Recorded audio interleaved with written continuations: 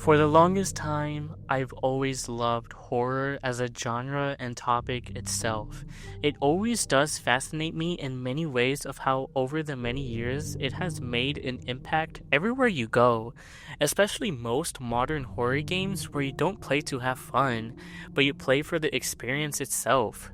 There are many sub-turn genres for horror, such as psychological and atmospheric horror, where each have a different leading role and each game serving its purpose. I do believe there was one small team that managed to take it all. Chilla's art made a well-known face on the internet for games such as The Closing Shift and Manto. Their work I had long looked over for the longest time shocked me, as their experiences I feel as you won't get anywhere in this type of community. From its world building to its strong upholding narrative, it is hard to put it piece by piece, as there are over 23 different titles and even more upcoming to uncover. This is where I present to you in this alternative case, Chilla's Art, the definitive edition. But I do not want to waste any more of your time, so let's get to it, shall we?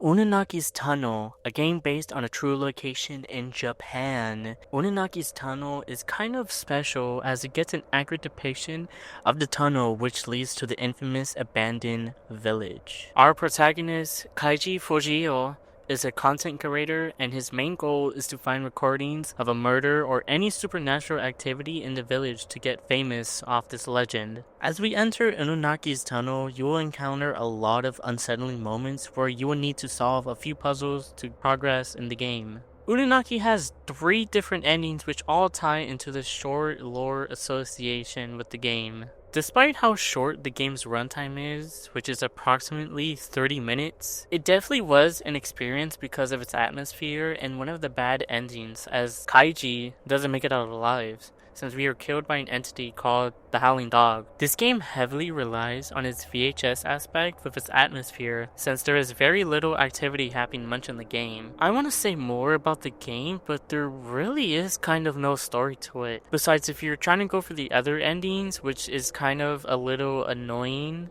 I feel as if Kaiji is a very forgettable character, as he doesn't even talk throughout most of the runtime of the game. You can obviously tell this was one of Chilla's more earlier projects, as they were slowly hazing themselves into the horror medium. And this isn't a ranking, this is kind of just how I view it, because there kind of is little to no story at all. And it's more of just the history of Inunaki's Tunnel, which is perfectly fine, and I kind of wish they delved more into that, with only the short runtime of only 30 minutes. But this is a short horror game after all, so there's only so much they can cram into with that short amount of time they made. Shinkansen Zero, or the Japanese Bullet Train, is a short horror anomaly game similar to I'm on Observation Duty and heavily inspired by the horror game Exit 8. Essentially, you need to pay attention to your surroundings in order to progress into the game, catching things that are out of the ordinary or even in uncertain areas. Our unnamed protagonist is thrown into the train and is suddenly looping. A kid named Naoki helps us on our journey by giving us tips on what to do when we see an anomaly, as our main objective is to reach the end of the bullet train where the conductor is, so we can stop the train. Our basic controls of going back and forth does not stop our progress if no anomalies are present. As we go along the different cars, we are met by Naoki's sister near the end of the train, who gives us an option that will lead to 2 different endings. Essentially, if you choose the first option, you would normally proceed with the game and go to the conductor's room. Once you have stopped the train, a bright white light is seen in the exit, and we safely assume we have left the train. The more tragic ending is the protagonist, and the sister plans on starting the train again from both sides, and we have to choose to stop the train on the normal side. Once we start heading towards the normal side of the train, we have a chase sequence, and we race towards the start of the train. Once we make it, we start up the train again and see Naoki and his sister outside of the train. Naoki's sister references something important to us that I will explain in a bit when she says that it is not our time yet, as we decline to leave the train. The screen turns black, and as we wake up from being unconscious, Luckily, a train attendant and an off-duty doctor who was on board were there to assist us from our deep vein thrombosis. We are told that the train had to stop due to an accident along the way. We overhear as the conductor passes by that a boy and a young woman were involved in an accident. Unfortunately, we can safely say that Naoki and his sister were involved in the accident, as we see them walking along the empty tracks, the flowers blooming, and now free. The never-ending looping bullet train has finally stopped for them. Shinkansen 0 is one I had very low expectations for, as it was very frustrating, but its short story holds up, as it is both sad yet engaging with our character, as we try to put piece by what stands out in the bullet train. I will give credit where it's due. It is one of the experience I do praise Shinkansen 0 for, as its short gameplay makes up for the build-up leading to its tragic ending to the game. It's a short, fun game with a pretty straightforward plot. Nothing too deep or sensational, but a fun one for those who enjoy spotting the difference. Onryo is our first survival-based horror game, where we go to the city of Oga, as there is an evil power emitting from there. A house known to have bad incidences of child abuse and kidnapping are linked to the paper we received. We have to exorcise the ghost living within the house and stop it before it's too late. We are given a special camera, like in Kurt's Digicam, another Chilla's art game.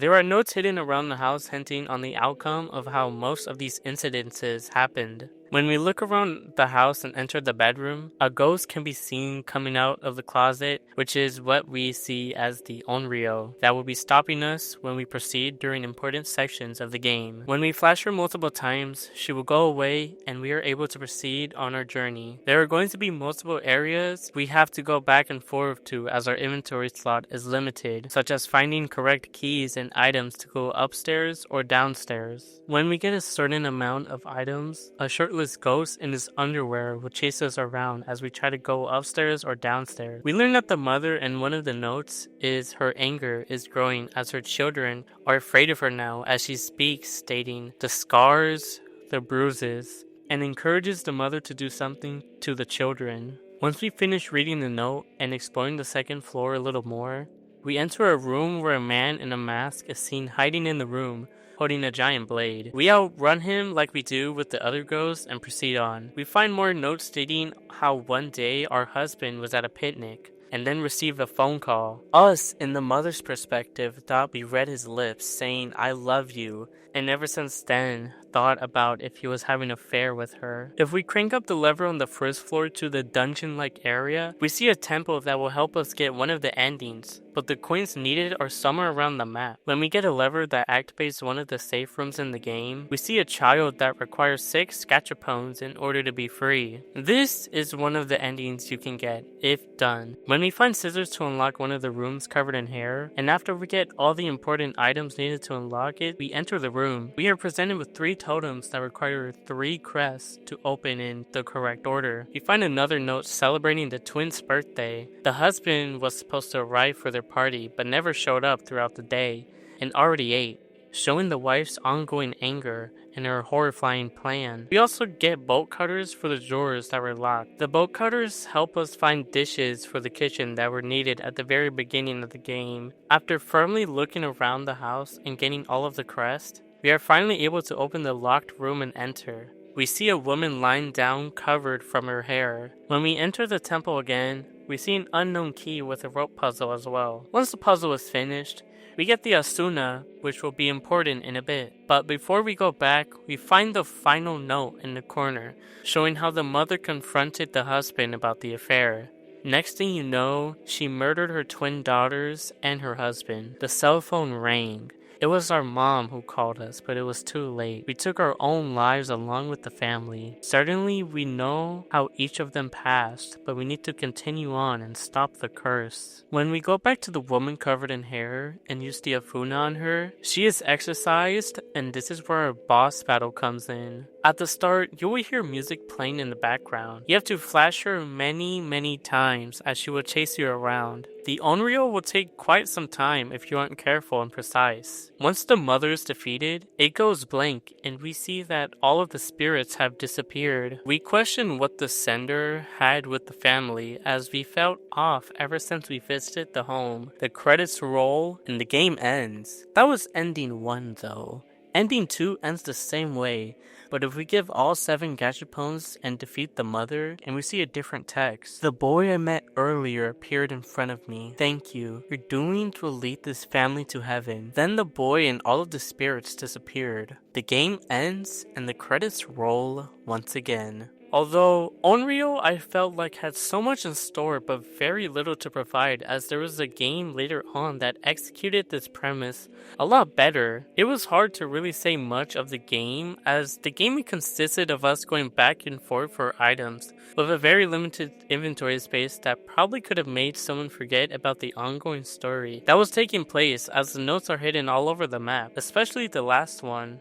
A somewhat predictable story of their fate, yes, but still unfortunate how no one lives to tell the tale, besides the protagonist. Onryo was still a stepping stool for them in the horror genre, yet Onryo can still get a few jump scares out of anyone, including myself. It definitely is an experience I look back and praise for how far they've come as game developers. At the very least, it does get its job done, even with the repeating notes and looping chase sequences. It's still a fun little experience nonetheless.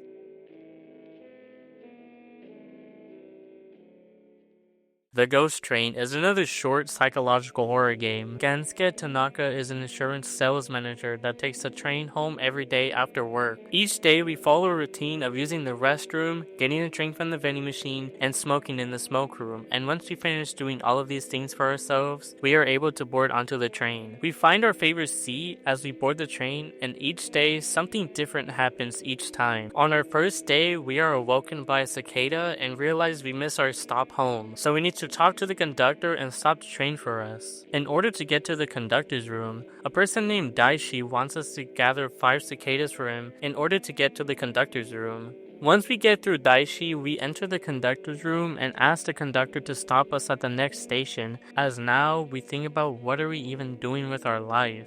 The next day we do the same usual routine of peeing, getting a drink, and smoking. We board the train and sit on our usual spot like always. We then fall asleep, but then suddenly wake up to see that a little girl is lost and needs help finding her dad. We go around the train looking for her father and interacting with a standing man as he questions us as if we were the father, as the little girl was the one with us on the train, according to him. And once we reach the rear end of the train, we turn back around once again and see her running and chase her again, but then suddenly getting ambushed by a dark entity.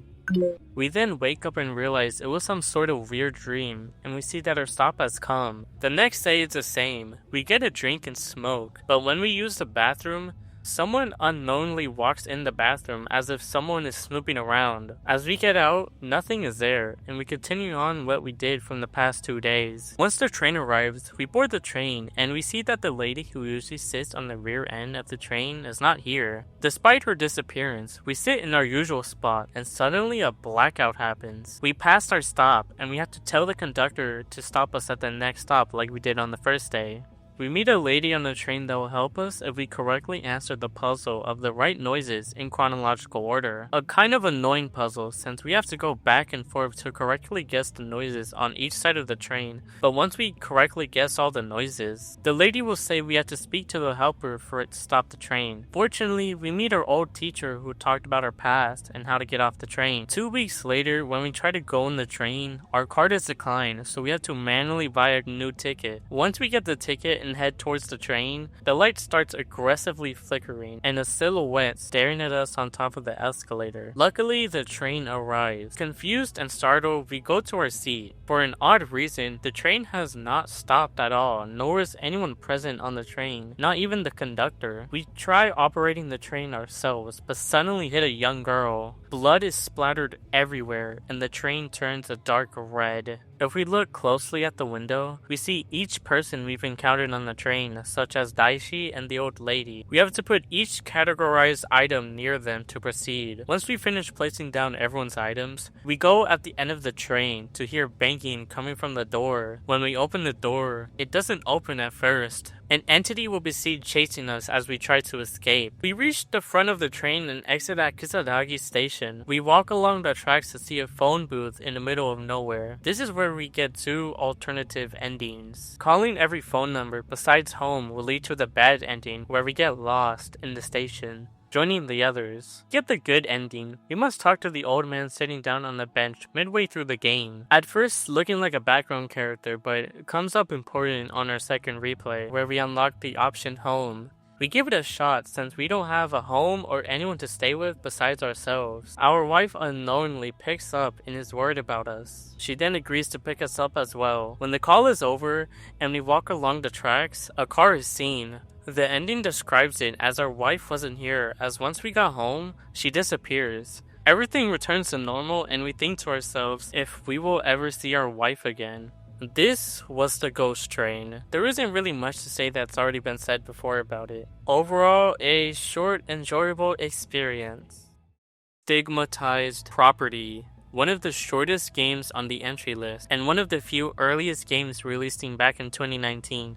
But that's besides the point. Stigmatized Property begins with Sayaka, our protagonist, walking down towards our friend's apartment, since he has invited us to come over so suddenly. As we walk towards his apartment, we see things such as a dead cat and shrines to pray to. As we arrive at the apartment complex, Sayaka needs to get in, of course. Sayaka then remembers how he had a spare key hidden around the area. Luckily, she remembers where her friend hid it, under a lemon tree pot. Precisely! We make our way into our friend's apartment and see nothing out of the ordinary at first. But once we examine our friend's notebook, we see that 7 pages are missing, and our objective is to find 7 pages. These notes aren't hard to find at all, as the map is very small. You encounter weird anomalies such as people disappearing, but nothing that catches you by surprise besides walking back and seeing a creepy lady groan as you walk closer. Each page of our friend's journal simply talks about what goes on in his life and what it's like living in a new apartment and starting school. If we go to the back of the apartment, we can see a man standing there in the mailroom, and Sayaka tries knocking to get his attention. As she walks towards the door, the man disappears. We find a memo with one of the pages we need to complete the journal. When we read it, the memo states how the apartment complex is haunted, and it takes a week for the chosen one to be possessed and disappear completely from this world. Shockingly, Sayaka doesn't react to the information read, as this could possibly explain the people here disappearing and how our friend isn't even home. Sayaka can't do much as the apartment complex is cursed and there is nothing for us to do. As Sayaka continues on forward collecting all the pages, we have the possibility of 2 endings. Let's start off with the bad ending. The bad ending is if you look around the map and don't pray to 4 shrines stated from the beginning, something will happen to us. Once Sayaka collects all the 7 pages, Sayaka decides to call it a night and decides to leave. When we try leaving through the door, suddenly it's locked, but we're given the option to look through the peephole.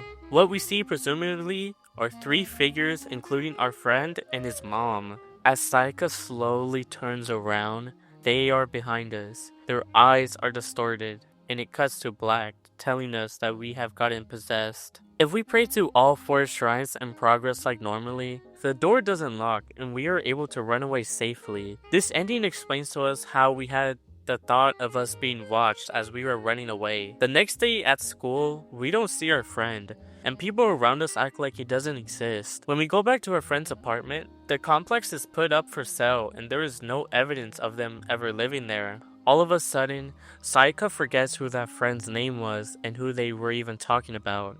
Sayaka's friend was taken from the curse and forgotten from this world. This is where it all truly started. Okaeri is one of Chilla's earliest projects into the horror landscape, and a very, very short one as well. At the very beginning, we hear crows in the back, which helps us signify something very important later on. Okaeri starts off with us walking back home from school. We are a little lost as we are in a completely new town and moved into a new house, but this doesn't stop us from getting to our destination. As we slowly make our way back to our house and get inside, it cuts to silence.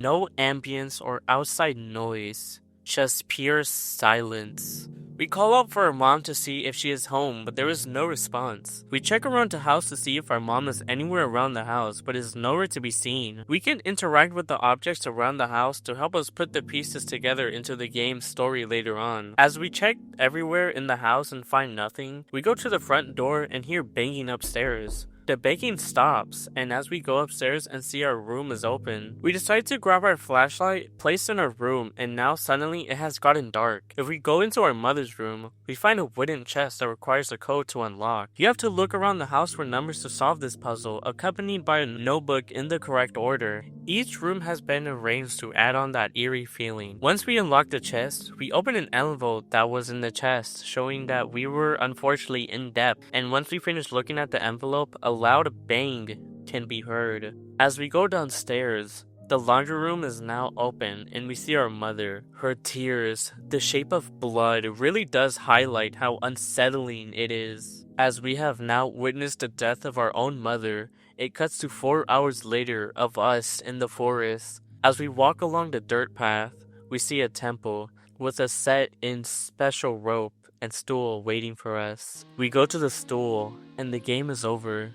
The end. Another thing to notice is as we stare at the end screen, you can faintly hear us swaying in the back, as this was the only choice we thought we had. Despite how really short this game has started, it doesn't hold back, and being one of Chilla's first psychological horror games, I think if we knew more about the protagonist and how he got into depth, this story would have hit a lot harder, as its really short runtime leaves us with many unanswered questions. Although one of their earliest projects into this PS2 type style of horror games, it definitely has some sort of formula that would later follow on their games in the runtime, but Okaeri is one of those games that sort of executed its story in the way it wanted to in the short amount of time given.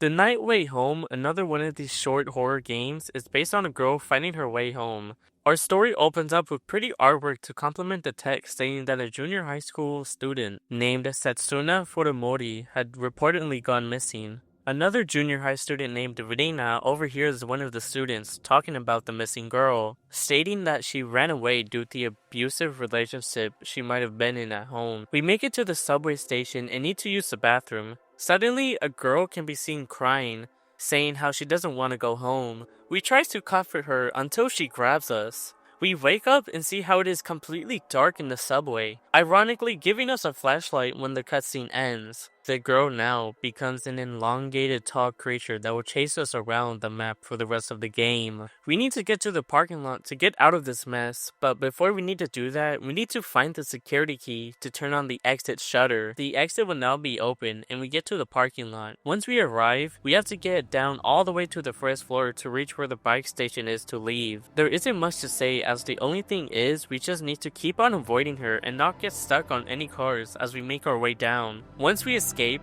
we need to go to the bus stop, but we're really broke for some reason, so we have to find 500 yen around the map that will play a sound cue. Luckily for us, we are granted an object called the Harai, which will scare off the tall girl if she gets too close, and for some reason runs at a supersonic speed. When we scare her off for a good while and get enough money to board the bus, we are dropped off in a sort of residential area. As we make our way, a girl can be seen crawling on the floor, and then the tall, elongated girl comes chasing us down. The only way out of this mess is to make it through the tight spaces in this weirdly designed area and make it past the train tracks. Luckily for us, we have to survive 3 minutes of her chasing us around as we need to wait for the train to pass by. 3 grueling minutes of relentless running. As the train passes, we're finally able to get out of this mess and escape the area with our life. We finally make it home, but then we need to find the correct apartment complex as each apartment has a number on the side of the building.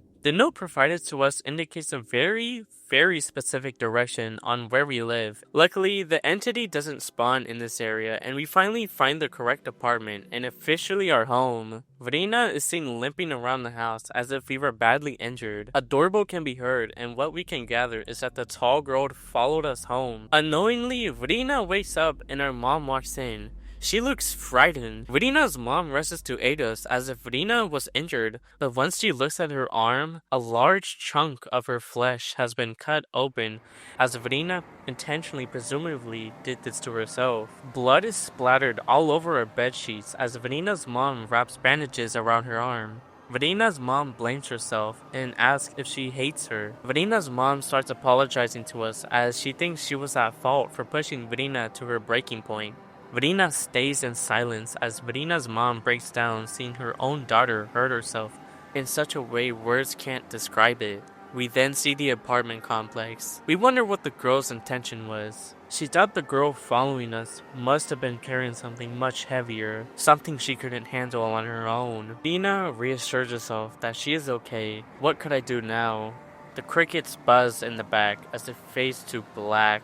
The credits roll, and the game ends with footage of kitty cats. I'm in awe of such a game. The Night Way Home can have a touching story to a few people. So short, yet so emotional in a way where you can try and resonate with Verina and the suffering she's gone through. I genuinely wish there was more to this. Knowing more about Verina and not only the things she had endured, but more about the family's history and what tied to the entity following us home. Sure, there are these anomalies of ghost children around the map, but it's hard to keep up with the story's pace as the tall girl is always chasing you around.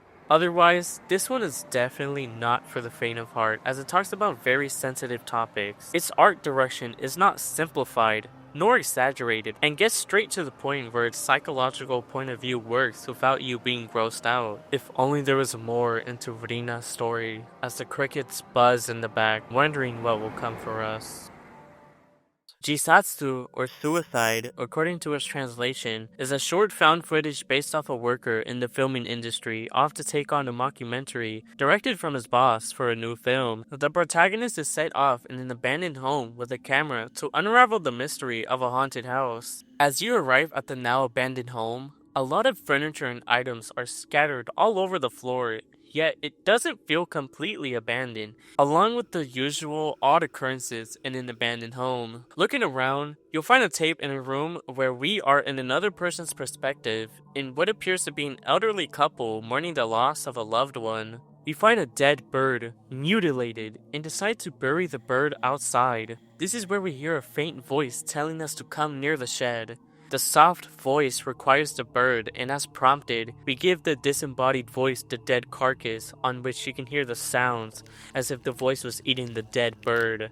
As the first tape finishes, there are clearly more tapes needed to be found, and so we head out to where the dead bird was originally buried. Inserting our second tape, the voice requires more. The voice now wants the decapitated head of a fish. Once the fish is caught, we cut the head ourselves since our caretaker scolds us for taking the fish out the pond. Giving the fish head to the disembodied voice, the tape ends. The house will slowly start to intensify as slime is spilt all around the floor as if the koi in the pond had flopped out the water. We then find our third tape, and making our way back is where odd occurrences will happen as we make our way back. The third tape plays as we are now watching our grandmother, who is on the floor, unconscious at first. The closer we look, we actually see she's dead as the crow starts pecking at her lifeless corpse.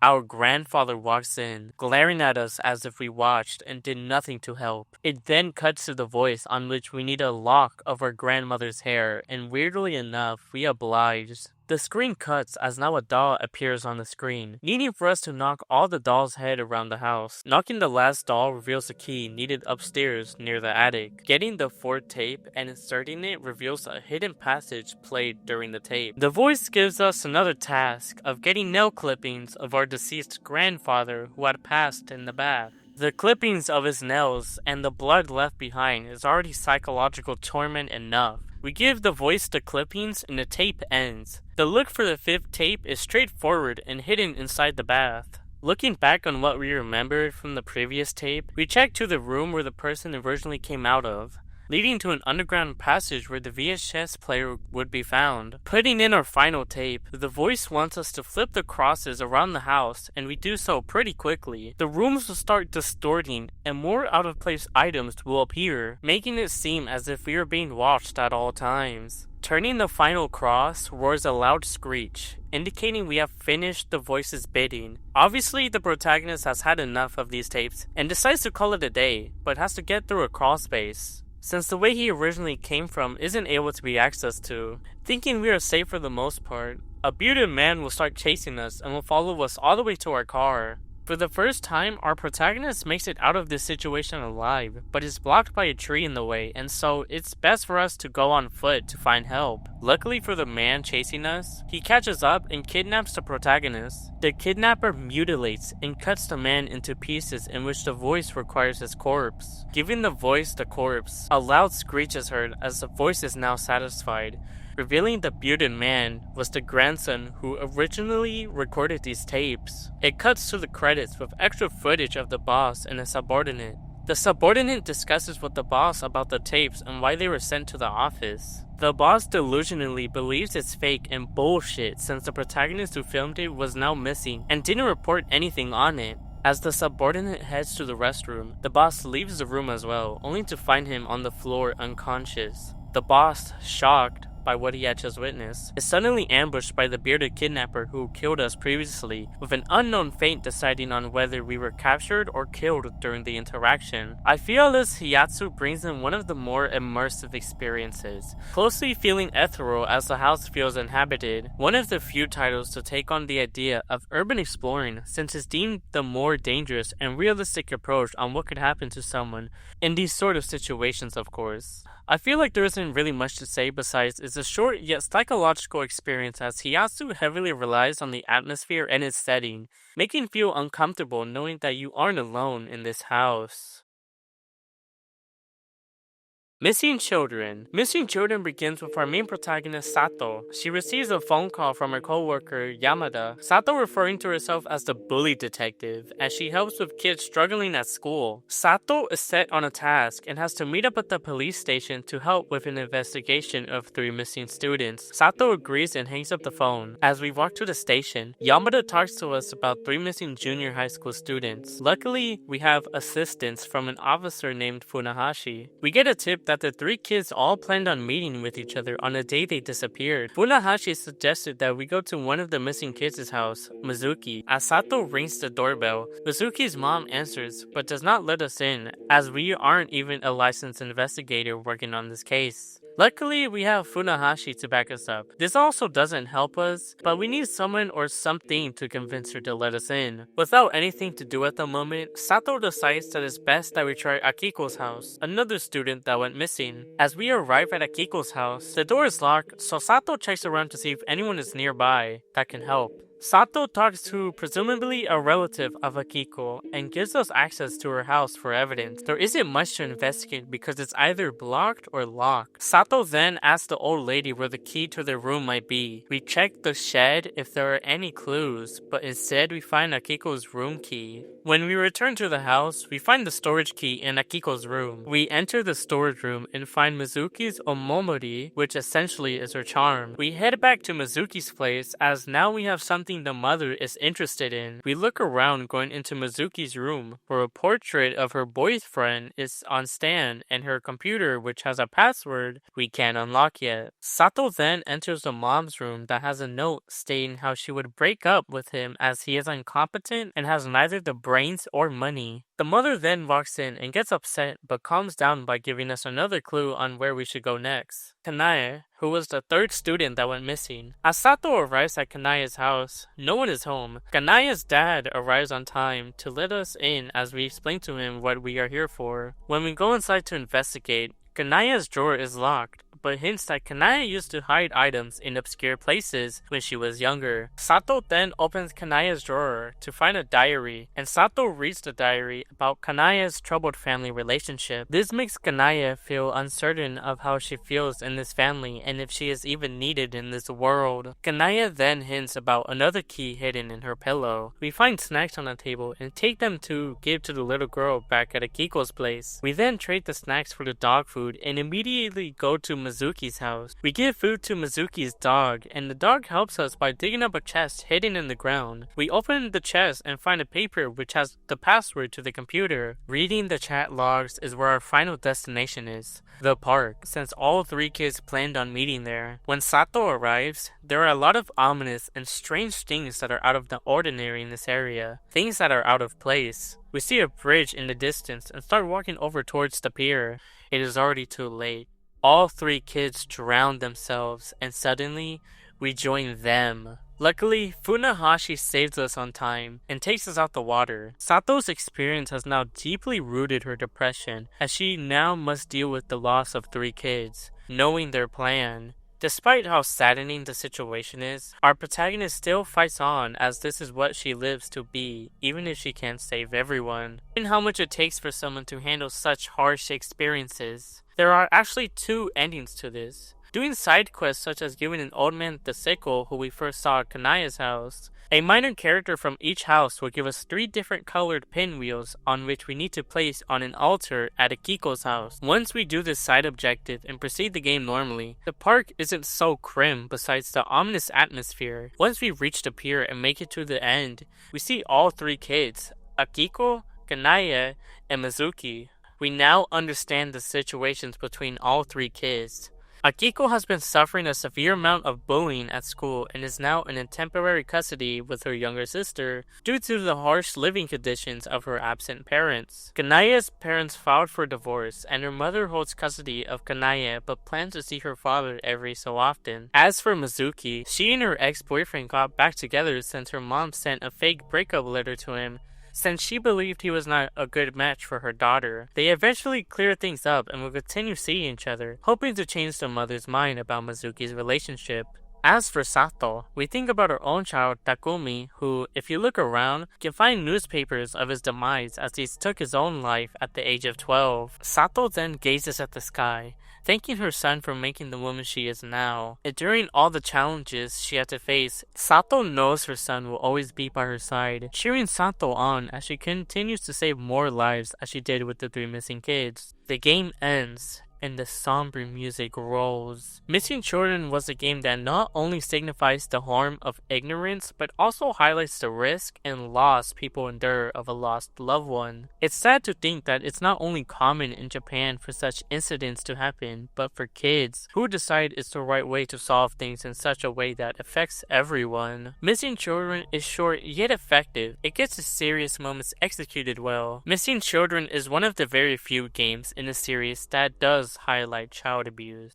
The Night Delivery is a horror game of a delivery man delivering packages at night. It's pretty straightforward. Precisely!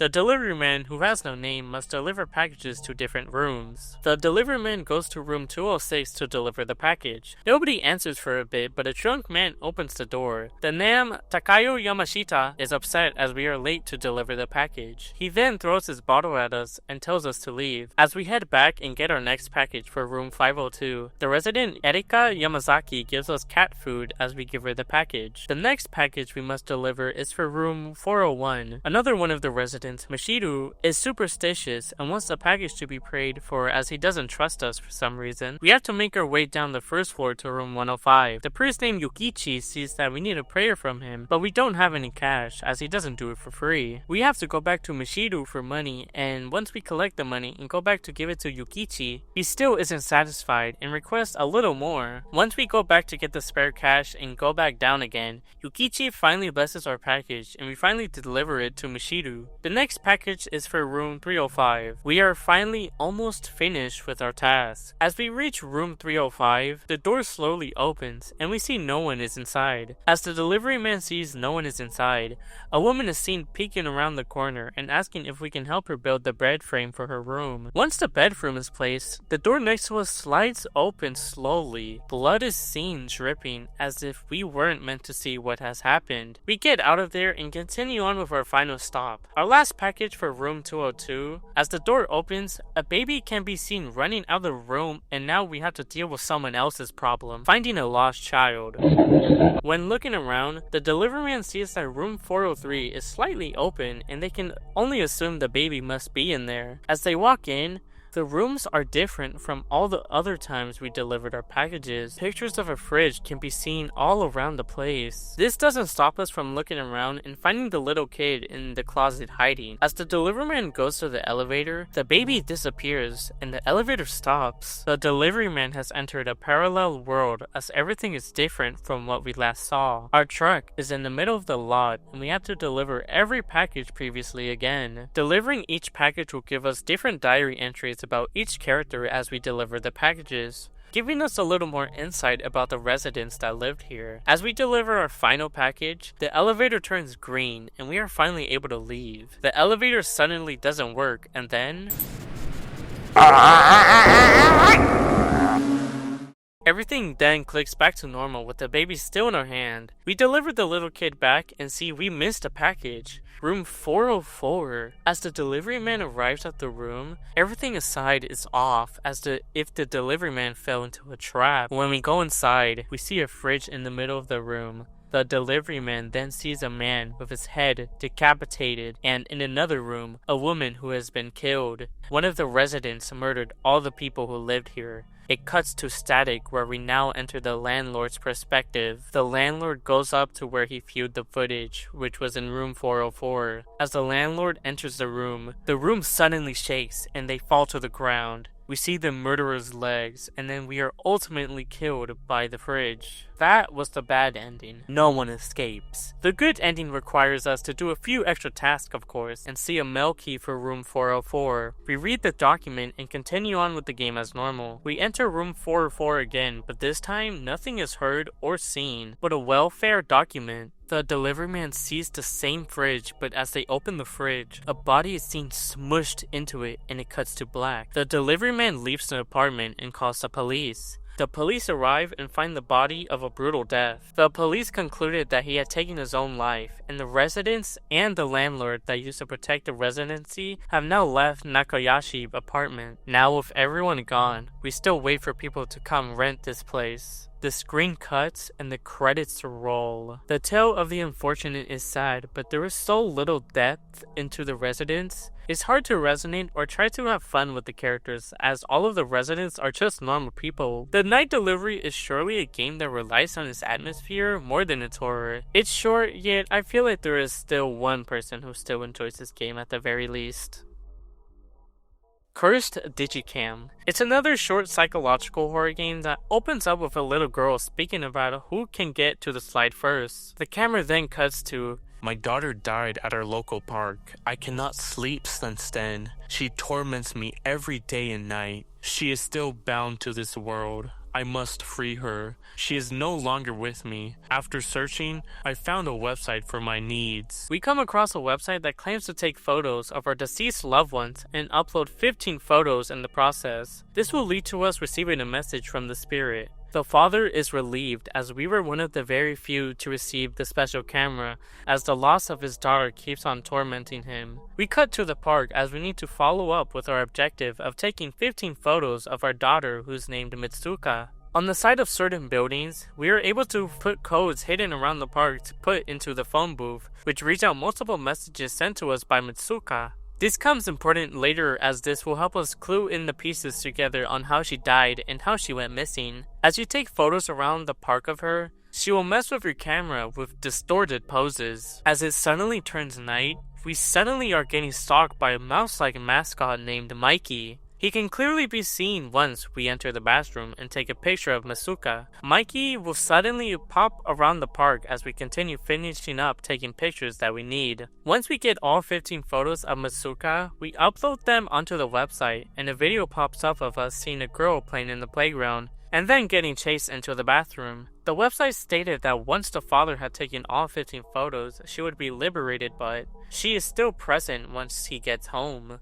Fortunately, you only have to take a few more photos of her in the apartment, and once you take all the necessary photos, a strange noise can be heard from my daughter's room when we enter the boss battle. We must flash Mikey in the pitch black and hope to not be killed by him. As we keep progressing and flashing him, he will change his outfit to fit Masuka's school uniform and quickly sneak up on you. Once you keep on flashing him, he will then have a chainsaw, which is very short-lived. As we flash him the 9th time, we run to Masuka's room, and as we thought it was safe, we are jump scared by Mikey. Once we wake up, we are suddenly on the floor. We walk around to see that our computer screen has abruptly turned on, and we see that we unknowingly have 15 photos of our daughter to upload. We got an error saying that we were overdue the 13 days after she was dead. We then see Mitsuka slowly walk towards us and grabs the phone and fall over. We get home and see her dead. Once the camera cuts,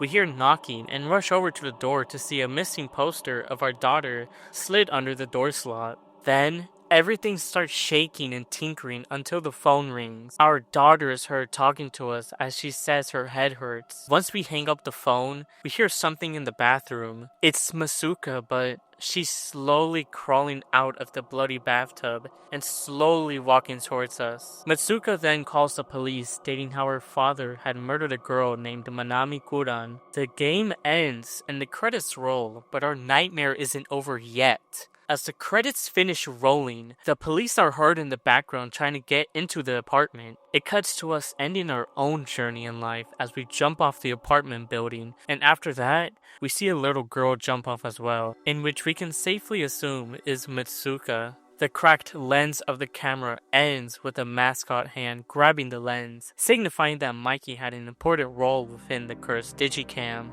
This concludes the cursed Digicam. There are some theories on whether the father was a twisted murderer behind the death of his own daughter and Manami, but overall it does show that he did feel guilt and majorly depressed of the passing of his daughter, resulting in him taking his own life due to his negligence. This one is the more depressing psychological game, as there can be many takes on how the murders happened and the reasons behind them, but yet it does show how even death does not protect the innocent, which can be the most terrifying thing to ever encounter. Fiction or not, it's generally one of those topics where no one in this world can be safe, even at a children's park. It shows how scary and twisted people's actions can be.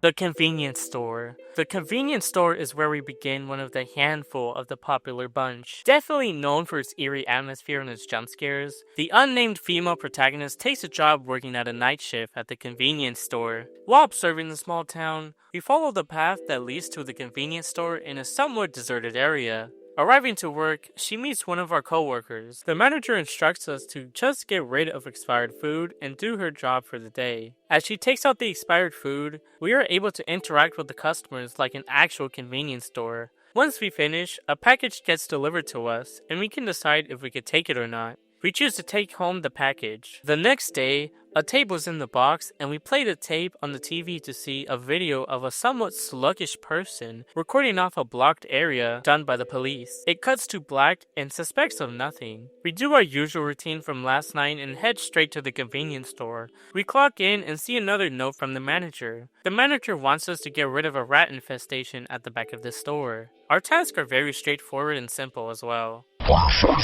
We grab the rat spray from the storage room and head outside. Killing all the rats is easy as done, as the rats are not hard to find. Killing all the rats and heading back inside, we get an elderly customer who heads straight to the bathroom, who we'll come back into in a bit. Another customer walks in and wants us to fetch him 5 beers and a pack of cigars. Obviously, since we are annoyed by this, we still do it anyways. Once finished handling this customer, we exit the counter and head towards where the elderly woman originally was. She asks if she has seen a person named Ken-kun and how originally this place was her daughter's home, lashing out at us about what we have done. The protagonist confusedly continues with our shift, and the day is almost over. The sliding doors start randomly opening, and we have no idea what is the cause. We check the cameras to see if anyone or anything is messing with the doors, and we see a young boy is messing with us and runs away as soon as we catch him. The delivery man that showed up yesterday asks us about a package. We give him the package, and then the shift ends. A new day begins. This time, it's raining, and a package is left on our front door. Another tape was delivered, and the footage contains a recording of what appears to be a house, as if someone is being stalked. We don't question it and head straight to work. Once we are about to clock in, Our coworkers tried jump scaring us by hiding in the closet. Luckily, she didn't get that scared. Our task is to just restock the missing items on the shelves. As we keep restocking, the door suddenly locks on us, but we are able to free ourselves shortly after. A maintenance worker comes in and needs to check on the air conditioning to see if it is functioning properly. We check the cameras and see the police tape originally blocked off from outside has been ripped and a childlike figure can be seen crawling away. A woman walks in and gives us a protective charm, suspicioning that it is dangerous for a young girl like us to be working alone in the middle of the night. A strange noise was heard in the bathroom, and suddenly we are locked inside. When the door unlocks, there is a huge mess on the floor, and a typing of a computer can be heard as if someone snuck behind the counter. Checking the cameras, our first entity. Jump scared and terrified, we exit the camera and find a talisman on the floor. Before we can really end our shift, we go investigate why the police tape was ripped off in the first place. We make our way to a shed hidden in the back and exercise it. Opening it leads us to see where our manager has been all along. His tears dripping of blood with his eyes missing. Banging is heard all over the room with the number 4 displayed on the TV. The manager stares at us slowly and the night ends. We suddenly wake up as if it was a nightmare. Another tape is delivered and we see the shed we saw from yesterday. We don't question it at all and just head straight to work. Our coworker isn't even here, nor is a note from our manager. We assume we can just head out for the day, but all of a sudden, the place suddenly looks abandoned as if it was all a dream. We must then play this child's game in order to escape. A young boy wants us to play his game by turning on the correct TVs in order to leave. Doing the puzzle and completing it, the boy can be heard crying ominously. As we go to the child, the spirit we saw on the camera was behind us. Suddenly, everything goes back to normal, and we see a tape in front of the store. This is where we decide how our fate should be handled. Taking the tape home, the protagonist decides if we should send the tape off to someone or watch it ourselves. The smart choice the protagonist does is to send the tape off. It cuts to black and a large sum of text appears. The protagonist questions if what has happened is even real. We then go on the internet to learn more about the origins of the store. A gruesome murder had taken place on that property, September 14th, 2009. A double homicide of a man killing his own son along with his pregnant wife. The wife suffered the most out of all. Multiple sharp nails puncturing her,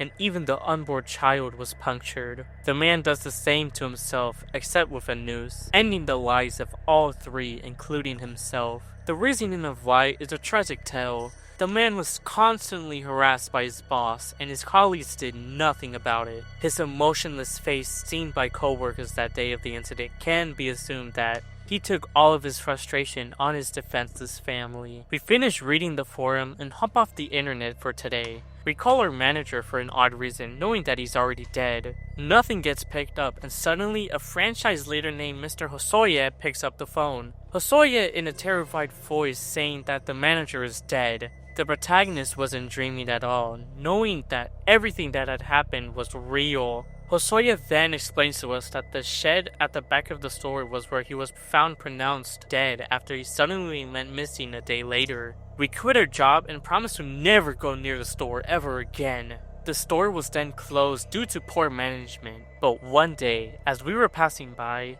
a woman can be seen by the store. We look at our hands. We see that we had picked up one of the rusted nails by the property. This was the good ending, and we can only assume if we threw away the tape, it would lead to us getting killed by the spirit that haunts the store. The convenience store is one of the very few where you least expect it. The game shows you that you can inflict genuine horror onto the player without a presence even being there. Even without the horror elements involved, it's fun serving customers as if you were actually there. The convenience store proves that even with its engaging yet small story, it's one of the very few notorious games that has been recognized as being capable of making the player frightened to its core, just by the story and visuals itself. Hanako. Hanako is one of those you surprisingly never heard of paired with their other survival horror games. Hanako begins with the rumor of a girl who had ended her own life in the bathroom stall named Hanako. We are introduced to our friends, Yume and Eddie. Yume is hesitant at first about wanting to continue on with the task, but the group decides it is best to get rid of Hanako for the good of the class. Our next objective is to head upstairs to the bathroom stalls as we need to be cursed to stop her. Once we arrive and start performing the curse of spinning and knocking 3 times, a silhouette can be seen as we perform the curse, and out of nowhere, the lights turn off. Yume and Eddie run out of the stalls as we see a bloody little girl, Hanako, arising from the stalls. It cuts to black and suddenly everything seems back to normal at first. A scream can be heard as we rush over to see what has happened. Yume then hands us the key to the pool outside, and once we go outside and grab one of the keys needed to open the gate, a monster referred to as the Doromeki will start chasing us. At first, it's hard for anyone to understand where these urban legends come from if you aren't from Japan, and why are they in a school? Essentially,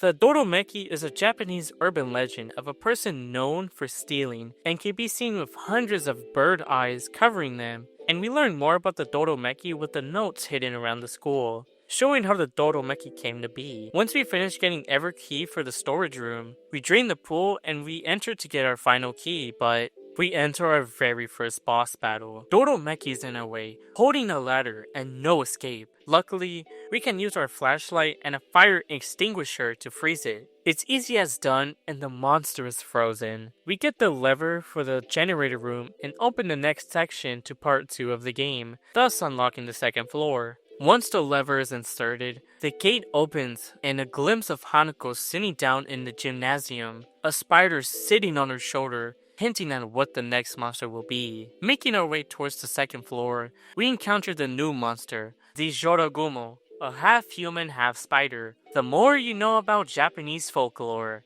We also, just like the Doromeki, learn about its transformation and how they all suddenly transformed. We need to make our way towards the gymnasium as we avoid the Jorogumo. Once we get rid of the spiderwebs that blocked off the gymnasium, we make our way downstairs and see spiderwebs covering every inch of the gymnasium. Exploring further though, once we find the auditorium key, we slowly turn around and see presumably the Hurigumo increased in size trying to kill us. We need to fix spotlights around the area without getting caught nor killed. Once inserting every light bulb into all visible spotlights though, the Hurigumo is killed and it drops a ritual candle. We make our way down to go pick it up. We then see Yume in one of the rooms crying, blaming herself for everything that has happened and not wanting to be here anymore. Unfortunately, the protagonist cannot help, so we have no choice but to keep moving forward. Making our way back, an ominous woman warns us about another monster, a creature who will only appear once contacted, but this monster is invisible, making it hard to avoid. The only way to progress is to exorcise the mannequin dolls blocking off one of the entrances. Unlocking the computer room, we get a visual of a tall schoolgirl carrying what appears to be a head. Unknowingly,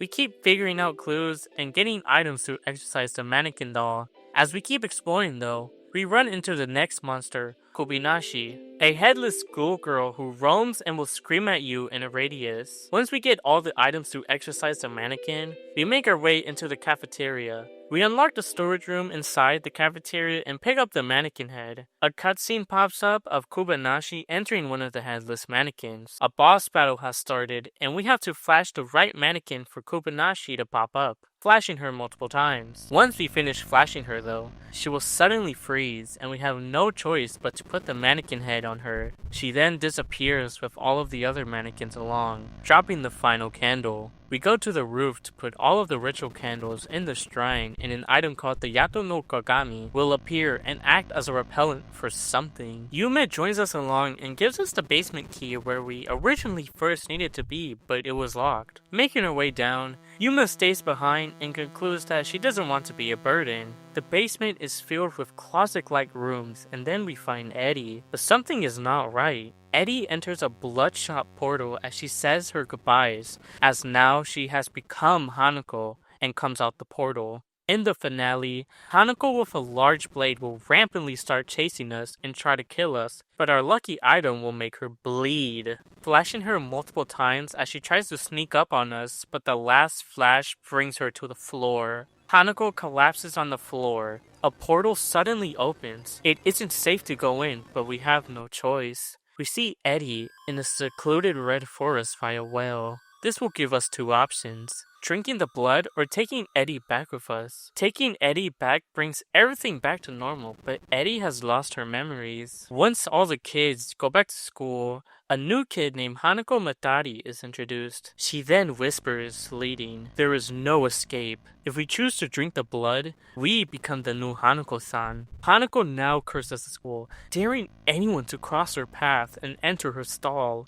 losing every memory and only satiated through the hunger of fear. The last ending is in the middle ground. We defeated Hanako, yet we don't save Eddie. The group doesn't remember about the incident after we had passed out. Rumors spread all around the town as Eddie's parents are shaken as if Eddie has suddenly disappeared from thin air. The group goes back to school thinking they can summon Hanako. Hanako, despite its eerie lime green school, the monsters take advantage most of the time of your fear of being watched. They linger around the school halls trying to catch you to make sure you don't make it out. The driven narrative for the story is a little blank, as there is very little of anything besides of how the monsters known as the Wanderers were originally normal humans turned into these creatures. If only we knew a little more about the group and Hanako altogether, its elements surely do hold up at the very least, scaring anyone who dares to try and escape from Hanako herself. The Caregiver. We're going straight forward with this one. Tomita Sachi is one of the caregivers and is tasked to check on one of the clients, Soichi. Arriving at the house, it is empty and trash is everywhere. A strong smell is present in the house, but we can't locate exactly where it's coming from. Tomita looks around to find Soichi to see if he is home, but one of the doors is locked to enter the other half of the house. We go outside and suddenly see Soichi staring outside the window. Checking up on him results in him urinating himself, which we clean up. The door is unlocked and we go upstairs to see where this strong smell is coming from. We open the sliding door and see a figure out of place. Unknowingly, this is where a large entity is stalking us. It instantly cuts to another character, Naomi Goromoro, who was previously seen sleeping on a table in the beginning of the game. Naomi is now tasked with taking care of Soichi, as Sachi has suddenly not appeared taking care of Soichi. Naomi arrives at the house, not knowing the phenomenon going on. We find Soichi in a room, staring at a wall, and tell him we'll be his new caretaker. Taking care of some minor inconveniences, a crow crashes into a window, and Naomi is tasked to take Soichi a bath. Going outside and unlocking the door, a person is seen taking Soichi away. We take Soichi back inside with his disgusting aura and give him his bath. Soichi heads to bed, and the next day begins. Naomi looks around and finds Sachi's diary. Sachi writes in her diary about each day of the odd occurrences happening at Soichi's home. Naomi decides to head over to Sachi's place to see if she is feeling okay. We head inside and see a lifeless Sachi. Naomi tries comforting Sachi, but the moment Soichi is involved in the conversation, we are asked to leave and only wish her the best. Suddenly, Sachi screams and then jumps off the balcony, taking her own life after what she had seen that very night. The next day, no one is at the nursing home, and it is only us present. The heavy rain seethes into the atmosphere as we head over to Soichi's home in a hurry. No one is home though. An empty house as if it was abandoned. Rats scourging around trying to survive in this house. We need to uncover and open that door that led to Sachi's death. We head upstairs and crank open the door. A note is found and a crowbar as well. Good fortune comes beneath the floor, hinting at something. Going downstairs, we open the floor and find a hole. Naomi goes inside this cave and sees dead crows lying around what appears to be a person as a sacrifice. It was Soichi who had been chosen, and now an old man with empty bleeding eyes will start chasing us around, wanting us to unsee what has occurred. Naomi's objective is turning 4 clocks into the right time while avoiding the killer. Once all the clocks are turned to the correct time, we get a glimpse of a box opening which has a religious dagger. We go back down in the cave and stab Suichi. We bring him down and realize that Suichi was placed with a curse that did not allow him to speak. The entity known as the Raven has controlled both Suichi and his wife. Suichi's wife, who had passed away, was being controlled as the Raven has full power over the dead and has used her to summon himself into this world. The Raven used Suichi's wife and the controlled must perform a ritual of the person they love most. Our final task, setting Suichi's wife free from the Raven. Suichi gives us scissors to get his wife out of the house so the demon will stay away. As we start to leave, Suichi's wife stabs herself in the neck, only wanting to be with him. As we get the bone box, the Raven shows itself, appearing behind us, running away in a panic. Naomi enters a room unlike any other that she's seen in the house. The Raven arises and traps us in an endless amount of rooms. Naomi, in a panic, keeps on running until she enters a bright room, running towards the light. Naomi escapes as the sun rises. Naomi runs as fast as she can to escape and finds an old temple. Naomi then finds a monk and tells Naomi that the woman would have suffered a great deal if she was just mere seconds away from escaping. The monk then offers to bless the couple and Naomi and advises her to bury the box. Naomi, still to this day, takes care of Suichi as he is now in a new home. They visit Harori's grave, which was Suichi's wife. Slowly zooming in on one of them, a pair of wings are seen on Suichi, as if the Raven hasn't disappeared entirely. It was already the end for him the moment he entered the house. The Raven, or the Karasasu Tengu, never left. The game ends and the credits roll. I genuinely do feel there was much more thought into how each piece of the story was delivered, as even if there was little information of the characters in the game, they do serve a purpose into the story without adding anything over the top or dialogue that doesn't contribute to the story whatsoever. The Caregiver is one of those games I do think should have been looked at with high praise, such as the convenience store and the night shift, as they both have such fun game mechanics and a story where the character actually feels like you are, in their perspective, taking care of their responsibilities. The Caregiver is a tale where you need to uncover a mystery in a haunted house and help those who cannot help themselves. Yuki Onna, another one of the very few survival horror games, automatically opens up to our main character, who is a father of a missing child named Jin. Jin went missing along with 2 other children, and the father receives a letter of the 3 missing kids' photos, stating to come alone, or the Yuki Onna will freeze them. This gives us no choice, but to head towards an abandoned inn near the mountain. This explains why we are in a blizzard, as according to the yokai, Yuki Onna, or the Snow Woman, in the folklore, they will capture and even kill any wanderers, as we can conclude the kids were in the mountains and were abducted by the Snow Woman. Once arriving at the inn, we are provided a flashlight and need to solve multiple puzzles to get our kids and escape the inn. As the father explores around, we find multiple tools helping us progress, such as finding a chainsaw and a screwdriver. While making progress, the presence of the Yuki Onna makes herself known, as in your point of view,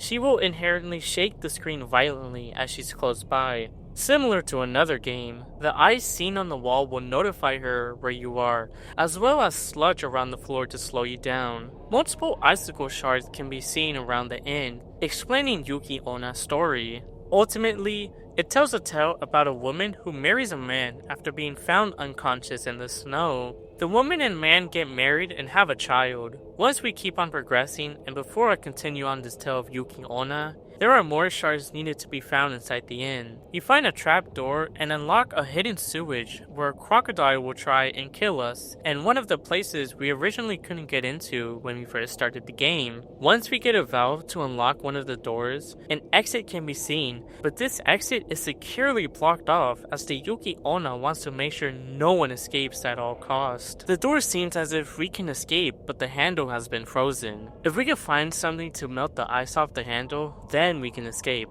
But before we do, we need to rescue the kids. Once the father finds the 2 of the color-coded keys for the kids, rescuing Jin and Kaya, we still need 1 more kid to rescue. One highlight that was not talked about was the chef, as we need a recipe for her to cook ramen and to move forward. Once we finish the ramen though, 100 yen will be in the bowl and this will help us buy a lever. This is phase 2 for Yuki Onna now, as she starts to get really aggressive, now with a darker kimono and an ice club, as well as she can run faster and teleport more often. Looking a little more around the inn without getting caught, we find the last child that required a gachapon to enter. When we get all 3 kids, we escape the inn and make it out finding a car that will help us escape. Getting inside the car though, the father cannot start the car nor open the door. She slowly rises beside the car, watching us struggle, and suddenly, we can conclude that she has killed us and presumably the kids as well. This was, like always, one of the endings. Another ending is the opportunity to kill her. We can now finish Yuki Onna's story of how she got turned into a spirit. The woman and father end up with a child, but the father seems resentful, as if he takes all of his frustration out on their only child. The wife leaves the husband no choice but to divorce, as the abuse of the child was too much for the wife to witness. The wife still put faith onto the broken family, as she thought the husband still wanted to be there for their child. Suddenly, the child was unconscious, and the wife was given hot water, being inhumane, and left the husband to throw out the wife in the snow, leaving her to die in this cold place. She then now strives to save her child. Now that all of the fragments of her story were found and explained, we need to place 7 dolls on the shrine, which will grant us the flamethrower. Giving us the flamethrower is the chance to get rid of this monster. As we burn her alive, she falls to the ground, giving us the opportunity to escape. The father escapes with the kids and finds the same car we first tried entering, but couldn't start due to the snow. As I walked for 3 hours, a snow car is seen in the distance, and the man helped us escape that very night. The father is left in a state of trauma as he sees that this is in fact was his wife, the same person he left to pass in the blizzard. The snow sinks and the game is over. Yuki Onna is essentially the piggyback of another horror game made by Chilla's art, as Yuki Onna is brighter and more saturated from its counterpart. This also makes the experience less difficult, as healing items can be found all over the map. Yuki Onna is one of the few to mimic survival horror games without being over the top, whether from the looping gameplay of finding items to the story of the folklore that was represented in the story. It's easier, but it does get its job done. The Night Security. I consider the slowest out of all Chilla's art, as it is a recurring theme of mindless tasks needed to be completed to try and give the excuse of its lack of horror. Despite the slow pacing though, the Night Security does make up for it for its immersive atmosphere throughout the duration of the game. The Night Security jumps in as Kaigo Ochigi, a husband and a father. Oshigi arrives at his shift in an office building and is tasked with removing every worker from the building and locking every door from every floor. Sadly, this does play out throughout literally half of the game, so I will only discuss the events that matter in the story. During the 5th floor, the power is out and Oshigi tries to find a way to turn on the power, and easily enough, a glowing red door is seen in the hallway. Opening the door reveals a sea of blood. A maze meant to make you feel like you are not supposed to be there. A start of unimaginable desires, and now the idea of being watched. As you scurry back to the generator, you fix the power, but the door you entered has now disappeared.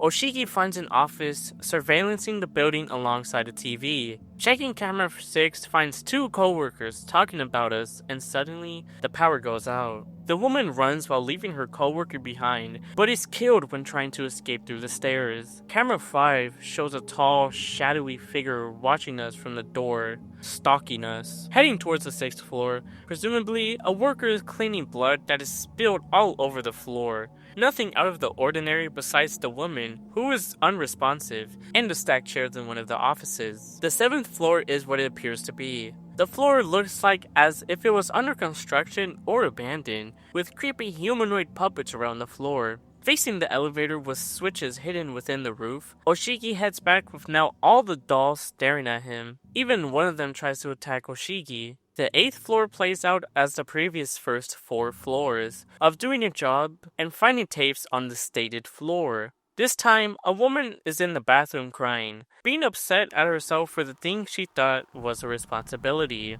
The door locks and the lights go out, but Oshiki finds his way out of the bathroom, but a loud slam hits the bathroom door, leaving a giant bloody handprint on the door. Floor 9 seems the same as floor 7, but much more decayed. Oshiki stumbles upon an unconscious worker and helps him out. Oshiki makes sure he makes it back safely, but finds another maze. A maze with 3 different buttons, which leads to a key to somewhere. Dark, suspenseful music suddenly echoes through the hallway and now encounters the entity, a pale figure staring at us but runs away the moment we get closer. We reach the 10th floor, taking the stairs and playing out as before, but with an upside down office with blood scattered all over the place. Oshiki is finally able to enter the final floor, but this isn't what they had in mind. The elevator fades to black, with now a rusted elevator not responding to its commands. Blood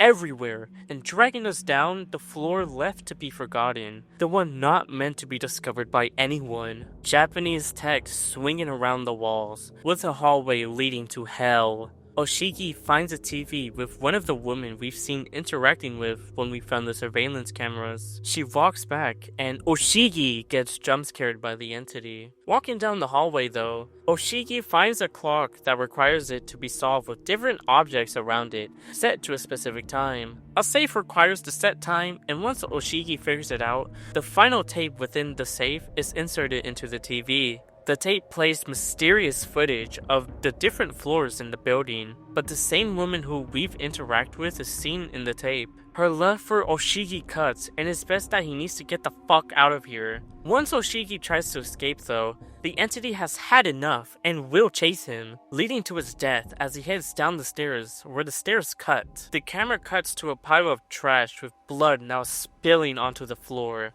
The credits roll, but our game rewinds from the very beginning before we enter the building, as if this was something out of our imagination. Luckily, another chance is given to us, but what if we were able to escape through the elevator? Replaying the finale, and around the corner, a number pad requires a simple code which will lead to the elevator opening. Oshiki escapes, but ends up in a hospital with his family coming to visit him. Distraught of what has happened to him, another visitor comes by, but it's not someone he wanted, the woman behind our wife. The game cuts, and the game ends. The night security feels so short with a minimal amount of drive in the story. It feels as if the game wanted to have a story with a strong perspective of night guards who experienced paranormal in Japan, yet fails in a way where the lack of narrative or push until the climax gives off that necessary tension it should have given to us throughout the game. Despite its very frustrating takebacks, its psychological perspective and immersive atmosphere is one of the only aspects holding it so high.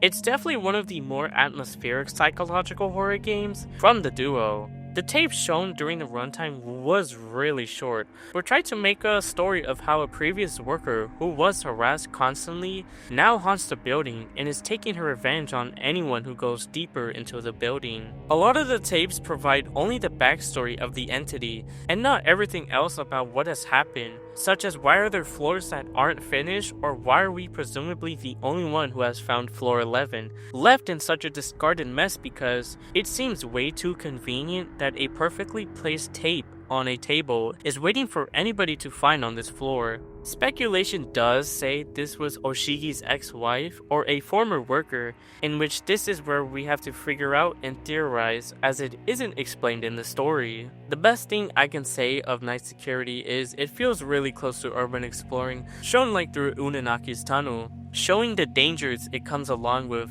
and the paranormal phenomenon it has within the building.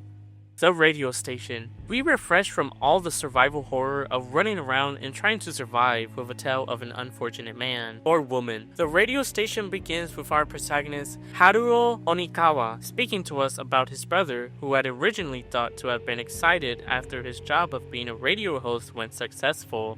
All of a sudden, his disappearance led to the police believing it was him taking his own life. Haruro does not believe this is the case at all and does his own investigation on how his brother really passed away. Haruro grabs his keys and flashlight and heads straight towards the radio station for more information. There is no chronological order to proceed as long as we get the necessary task done, so Haruro heads to the warehouse to find anything that may raise suspicion. A car drives by, but nothing out of the ordinary. Haruro heads down a dump with a tape stuck to a car. The next destination we go to is the owner of the radio station and find a key inside the mailbox. As we continue driving, suddenly, our car will stop and break down. All of a sudden though, a squeal can be heard and we suddenly drive off at such speed. Making it back, we play one of the tapes into the dispenser and the tape tells the story of Masaki's horror stories narrated by her brother Masaki Onikawa. Masaki reads off stories sent by listeners of the radio, one of them being named Toko. Each tape will tell a story about a supernatural entity, as with the first tape, a classmate Toko knew had a supernatural power of being able to see the undead. It wasn't a bother at first until the 5th grade. The supernatural would follow her around and even follow the classmate home at night, messing her head. The tape ends and we find out there are a total of 7 tapes as we already played the first one, found by the dump. Haruro plays the second tape with the same introduction from the first. Masaki introduces us and gives us another story sent by Toko again. Toko tells Masaki the story of Toko's cousin. Their cousin was depressed as their family was sick. Her mental health got to her to the point where she did not attend school as the family sickness was too much for her to handle. They invited their best friend to come over to hang out.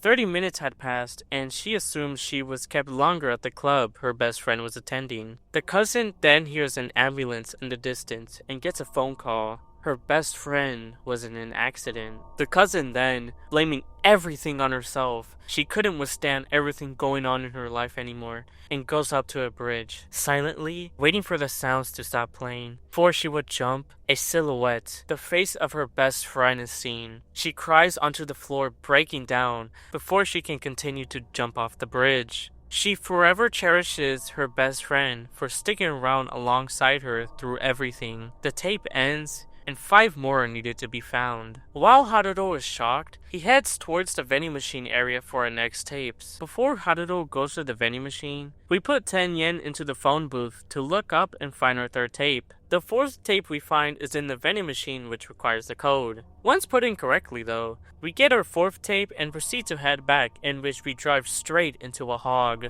We go to the trash area and give the rotten food from the fridge to a couple of rats, which will give us our 5th tape. To not spend too much time on just the tapes as the core gameplay, I will briefly summarize each tape. We go back to the station to play all 3 tapes. The 3rd tape talks about another story from Toko. Toko had a friend in high school who had a family in the hospital and would visit them often when she wanted to. A middle-aged woman who was with her family said how strange things happen at the hospital. Before heading home though, a nurse is seen taking the middle-aged woman, and when Toko's friend calls out to her, she doesn't respond and seems to be by herself. She catches up to the middle-aged lady and grabs her arm. The nurse glares at her and disappears as they got into an elevator together, which was heading towards the morgue, contemplating what that nurse's intention was. The 4th tape begins with another story of a girl Toko met from her part-time job. Haruro this time is getting suspicious if Toko wrote this story this time. Haruro does brush it aside and continues on. A tale of a girl who had a brother that was in the hospital being taken care of by her daily. The doctor goes to the sister, stating he does not have much time left and was given a month to live. The sister goes to the hospital and is offered a visit from a mother who was there.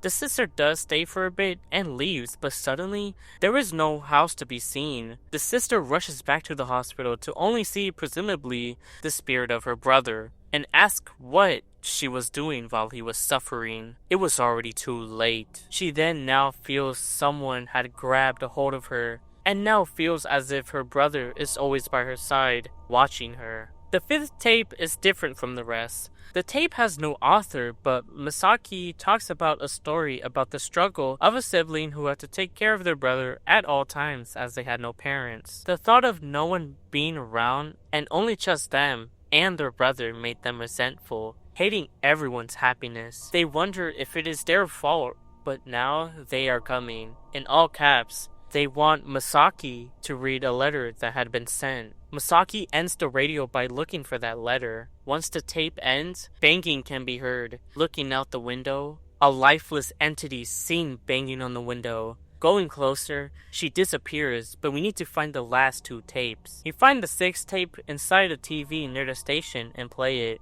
Masaki is excited to tell us he found the letter and is going to tell us, but suddenly he doesn't. Haruto wants to find out whether he can find the letter himself in the station, as he wants to uncover more. This outcome will lead to 3 different endings. Before we read the letter, we go to the warehouse and find a tape recorder and read the letter. Reading the letter is, "The darkness of Tonako. The room will fill with blood as an entity emerges from the water. We record our final words before we ultimately drown." This ending leads us to us spreading awareness of the poem and how harmful it is to the locals and online. The same can be said if we do not get the recorder, as we go into our fiance's perspective of wanting to uncover our death. The true ending will require us to find the final tape, as we never found it as we died reading the poem. Originally, the tower near us was locked off, and at first we couldn't go in, but a woman is seen falling to the ground and dropping a key. We head back near the dump as trash tongs were hidden, which unlocks our final tape. We find a tape recorder that only uses reverse tapes, and luckily one was found at the top of the tower. We put the reverse tape inside and the tape is fixed. Haruto goes back to the station where our final tape is played. Masaki reads the poem and is killed as gurgling sounds are heard in the tape. Haruto comes to the conclusion that his brother has died from the poem and is going to take the letter to the police, but heads home for the night to end things off. As Haruto hands the tape to the police, we enter their perspective, and when listening to the tape, nothing is heard. Haruto then leaves the station and warns the officer to not read the poem. A younger officer insists on reading the poem as he believes it was something supernatural. Once the officer finishes reading the poem, at first nothing happens, but then the officer suddenly collapses and passes away. The officer in shock sees the poem has disappeared and wonders what was that poem even about. The game cuts and the credits roll. I will doubtly say its slow start builds up to one of the more engaging stories, as the entity has appeared throughout the game on occasions. Without a doubt, the radio station is similar, if not inspired by Tomino's Hell, of reading the poem, leading to a curse and your demise. The radio station is, if you are not interested in the story, the game would be very short, as the game's runtime relies on the tape's duration. The radio station takes inspiration from the many stories and cursed poems that scare people to their core, making themselves a well-known legend in the community. The karaoke. There is so much to cover, as the topic of sexual assault will be present. The karaoke, to begin with, has a mass total of 6 different endings, but we'll get to that very soon. The karaoke starts with our main character, Mira. Mira makes plans with her friend Mayoka to go to the karaoke station after they leave their basketball club for the day. The coach tells us to go home as it is getting late. We clean ourselves up, get our stuff, and grab our bike and head towards the karaoke. Once we arrive, Mira heads inside and checks in. We get a phone call from Mayoka in a panicked state. The call abruptly ends and we don't question it. We enter inside and get to choose the many songs, such as my personal favorite, which so happens to be Lost Demon. It is a 3-key rhythm game ranging from difficulty. After finishing the song, Mira grabs a drink and sees a man standing in the middle of the hallway. Mira still doesn't think about what is going on and heads back. Mira plays the next song, called Rest, which is a very engaging song to play. Once the song is over, we call the employees to get us food and we play another song while we wait. As we finish the other song, Mira rings up the employee, but no one answers the phone. We check the staff room to see if anyone is in there, and the employee yells at us to leave as the food was already delivered. When Mira leaves, someone runs out of our room and is nowhere to be seen, as well as being given the wrong order. An email address was given to us in the fries as if someone was trying to hit on us. Mira still doesn't get anxious, so we play our next song. When playing the song corrupts and the TV goes to static. Another call is made, and Mira gets upset for Mayoka not showing up. Mayoka doesn't want to go, and something is not right in this place. When Mira leaves, it is suddenly dark as if the place was closed. There are multiple phones that belong to Mayoka, and as Mira reaches the front entrance, Mayoka is outside, but Her eyes. Mira called us so many times before it was too late. She disappears into the distance without a trace, putting her full body on the door to try and escape. Mira tries going back inside the room, but all of a sudden is ambushed. Mira wakes up from a call from Mayoka in a panicked state, warning that someone is after us and heading towards the karaoke place. Mira doesn't know what she's talking about, so she heads to the bathroom and sees for herself what the photo is that was sent to her by Mayoka. Mira inspects the photo, and to her horror, the coach is the culprit in this. Mira calls Mayoka, but to her surprise, no one picks up. We go into the staff room and check the cameras. The coach has arrived and is looking for us to do who knows what. Mira calls the cops, and our only option is to stay, not make any sort of contact with him. Hiding is not even safe for the most part, as Mira will start hyperventilating the more she stays in her hiding spot, making it more realistic of a panic attack she faces during the moment. As the 4 minutes are up, the cops arrive and it cuts to Mira. The police find out that the coach has committed over 10 assaults on different students. Mayoka is traumatized by the experience of what has happened and is slowly recovering from the incident. As the credits roll, this will give us hints to something of 5 different locations. This is when 5 more endings uncover the alternatives of before going to the karaoke place. Ending 2 begins as normal, but this time when checking the clock, Mira sees how late it is and informs Mayoka to stop for today. We clean up the gym and head towards the changing room. When finished changing, we go inside Mayoka's locker and find her key. Mira heads outside, and before we leave, Mayoka thinks she left her key back in her locker, but luckily,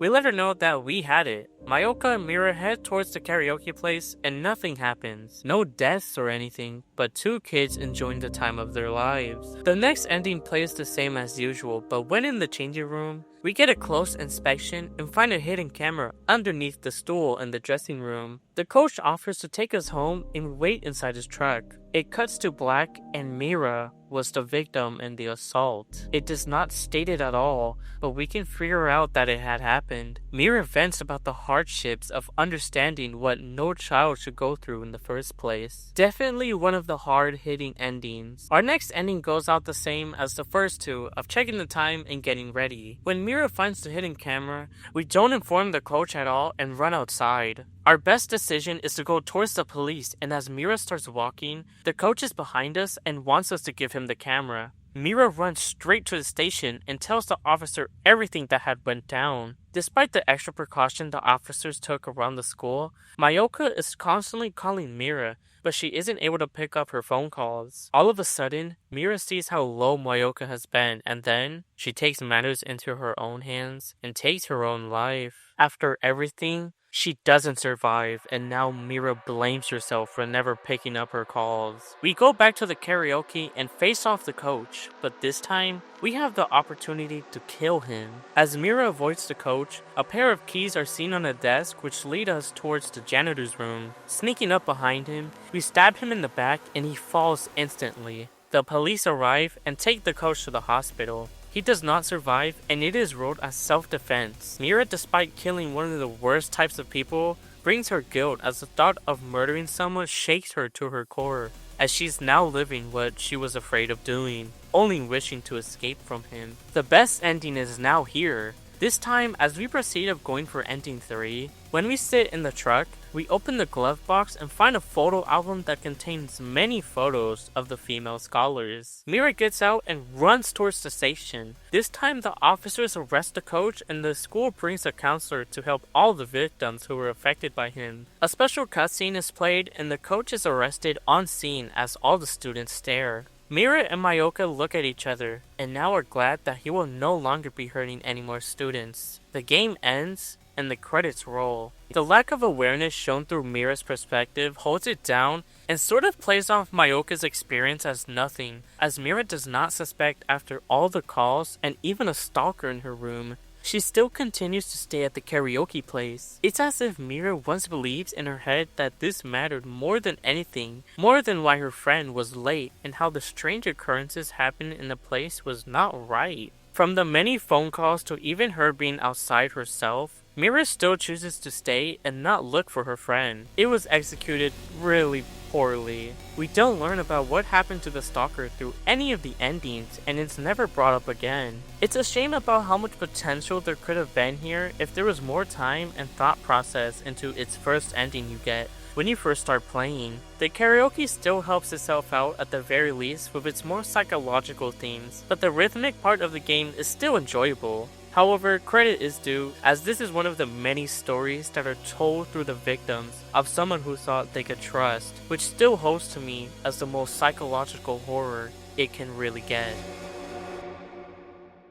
The Kidnap. I feel as if this is another one of the underlooked predecessors of the series, such as The Caregiver. The Kidnap, without a doubt, is Chilla's most unhinged story. The Kidnap starts in a dark padded room as if we were trapped. Sadaro, who will come up later on, is shown through her perspective in an agitated state. A woman walks in and we bash her with a hammer on the floor. It cuts to one of our main protagonists, Reinya. Reinya is shown to just be an ordinary kid living with his older sister, Sakiko. Their neglectful parents led to them being responsible for their own well-being, as both siblings are tasked with responsibilities. On September 1st, Reinya talks to his sister after he finishes his chores about their mother, wondering if she will ever return home. Sakiko believes in her head that their mother will return, but as the days pass, she hasn't come home. The day of September 5th, Reinya does his chores but realizes his sister is not home. Reinya looks everywhere and decides to call her out during the pouring rain. As we continue walking further,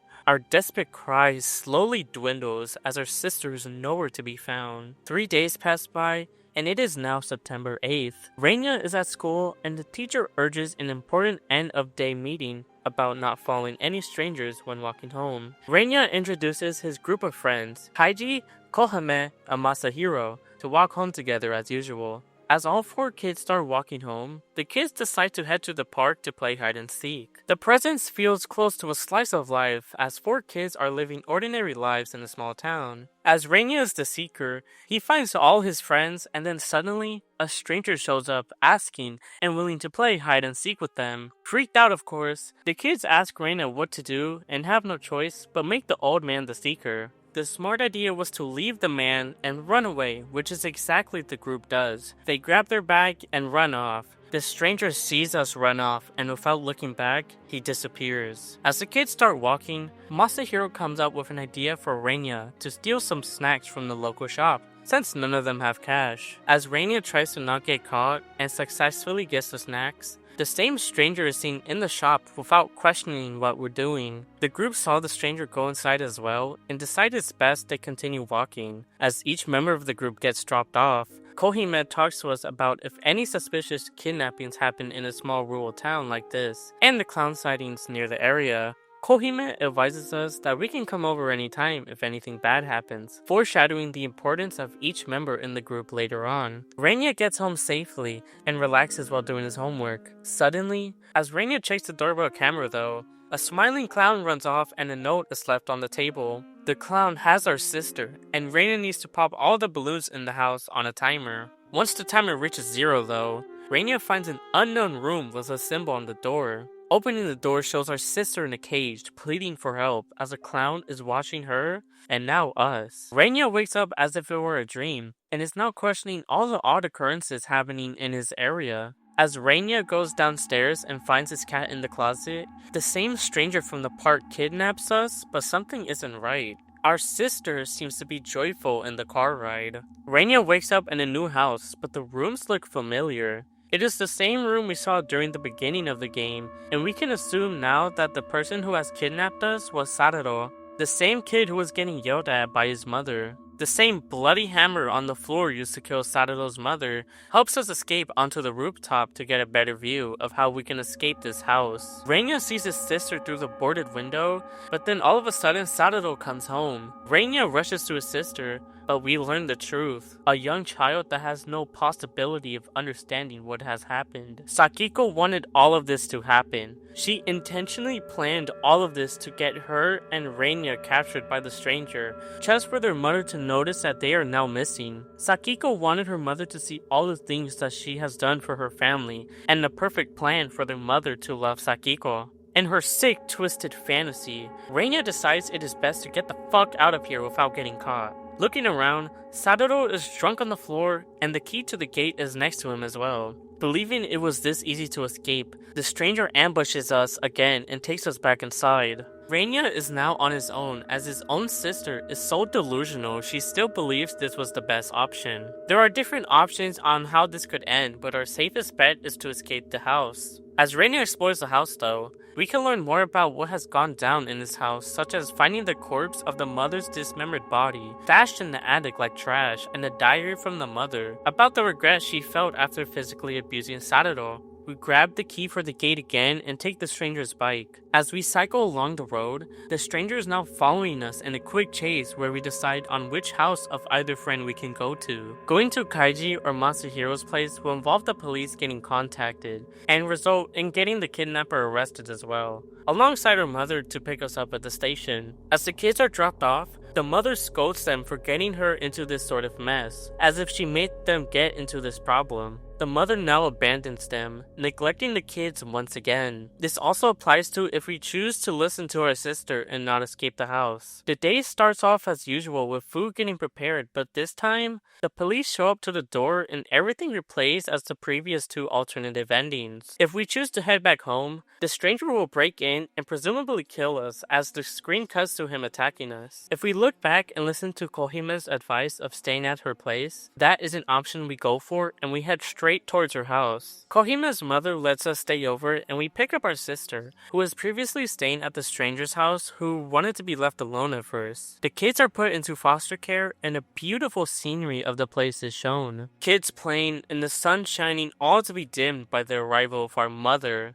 The kid's mother, furiously wondering how they got into this mess in the first place, decides to get to the bottom of this and visits Sadoro's home. The mom angrily confronts him about how her kids should be treated and how she is allowed to do whatever she wants with them. Unknowingly, the man seems in a state of panic of not responding to the mother, reminding him of what he had been through of his own mother yelling at him. As the mother tries to get her point across, she mistakenly pushes Sadoro, and all of a sudden, Sadoro stabs the mother in the neck, killing her instantly. The kids watch as their own mother has been murdered in front of their eyes while Sadoro runs off. Sakiko screams as blood spills onto the now red grass. As Reina gazes at his dead mother, he smiles. His unhinged yet joyous smile makes you think he had a thought of his own mother wanting to perish in a gruesome manner. The credits roll, but an extra piece of information showing that the police arrived at the home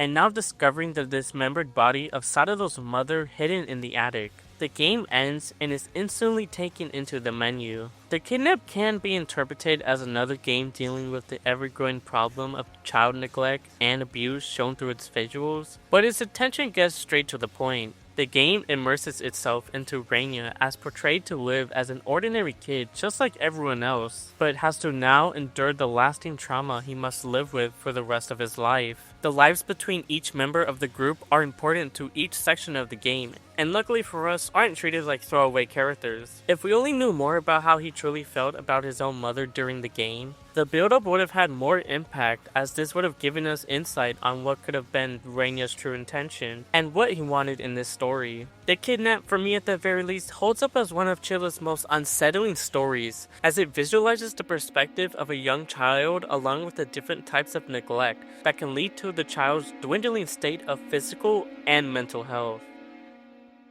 Parasocial takes place of an online streamer and the premise of the city life. Simple as that, but will lead to its transformation of the story later on. Parasocial starts off with a young streamer or VTuber Nina. Nina wakes up and makes herself Nukihaga made from her friend Asuka. Nina streams herself playing the infamous Akamanto, Chilla's more popular titles in the series. This version of Akamanto though is set in a third perspective, which gives us more insight about the original game itself and the character we play as. Or this was done to give our character an avatar for the game. Nina dies and moves on to the next game, but downloads the game recommended by a viewer, a game designed only for Nina. As Nina completes the puzzle in the game, The chat starts flooding with nice comments, but it's not what she wanted to see. Her face has been leaked onto the internet, and now Nina is scared, not knowing what is happening. Nina then receives a text from an unknown number, threatening her to keep on streaming, or else bad things will happen to her. Nina, smartly enough though, blocks the number and texts her friend about the occurrence that just happened. Nina,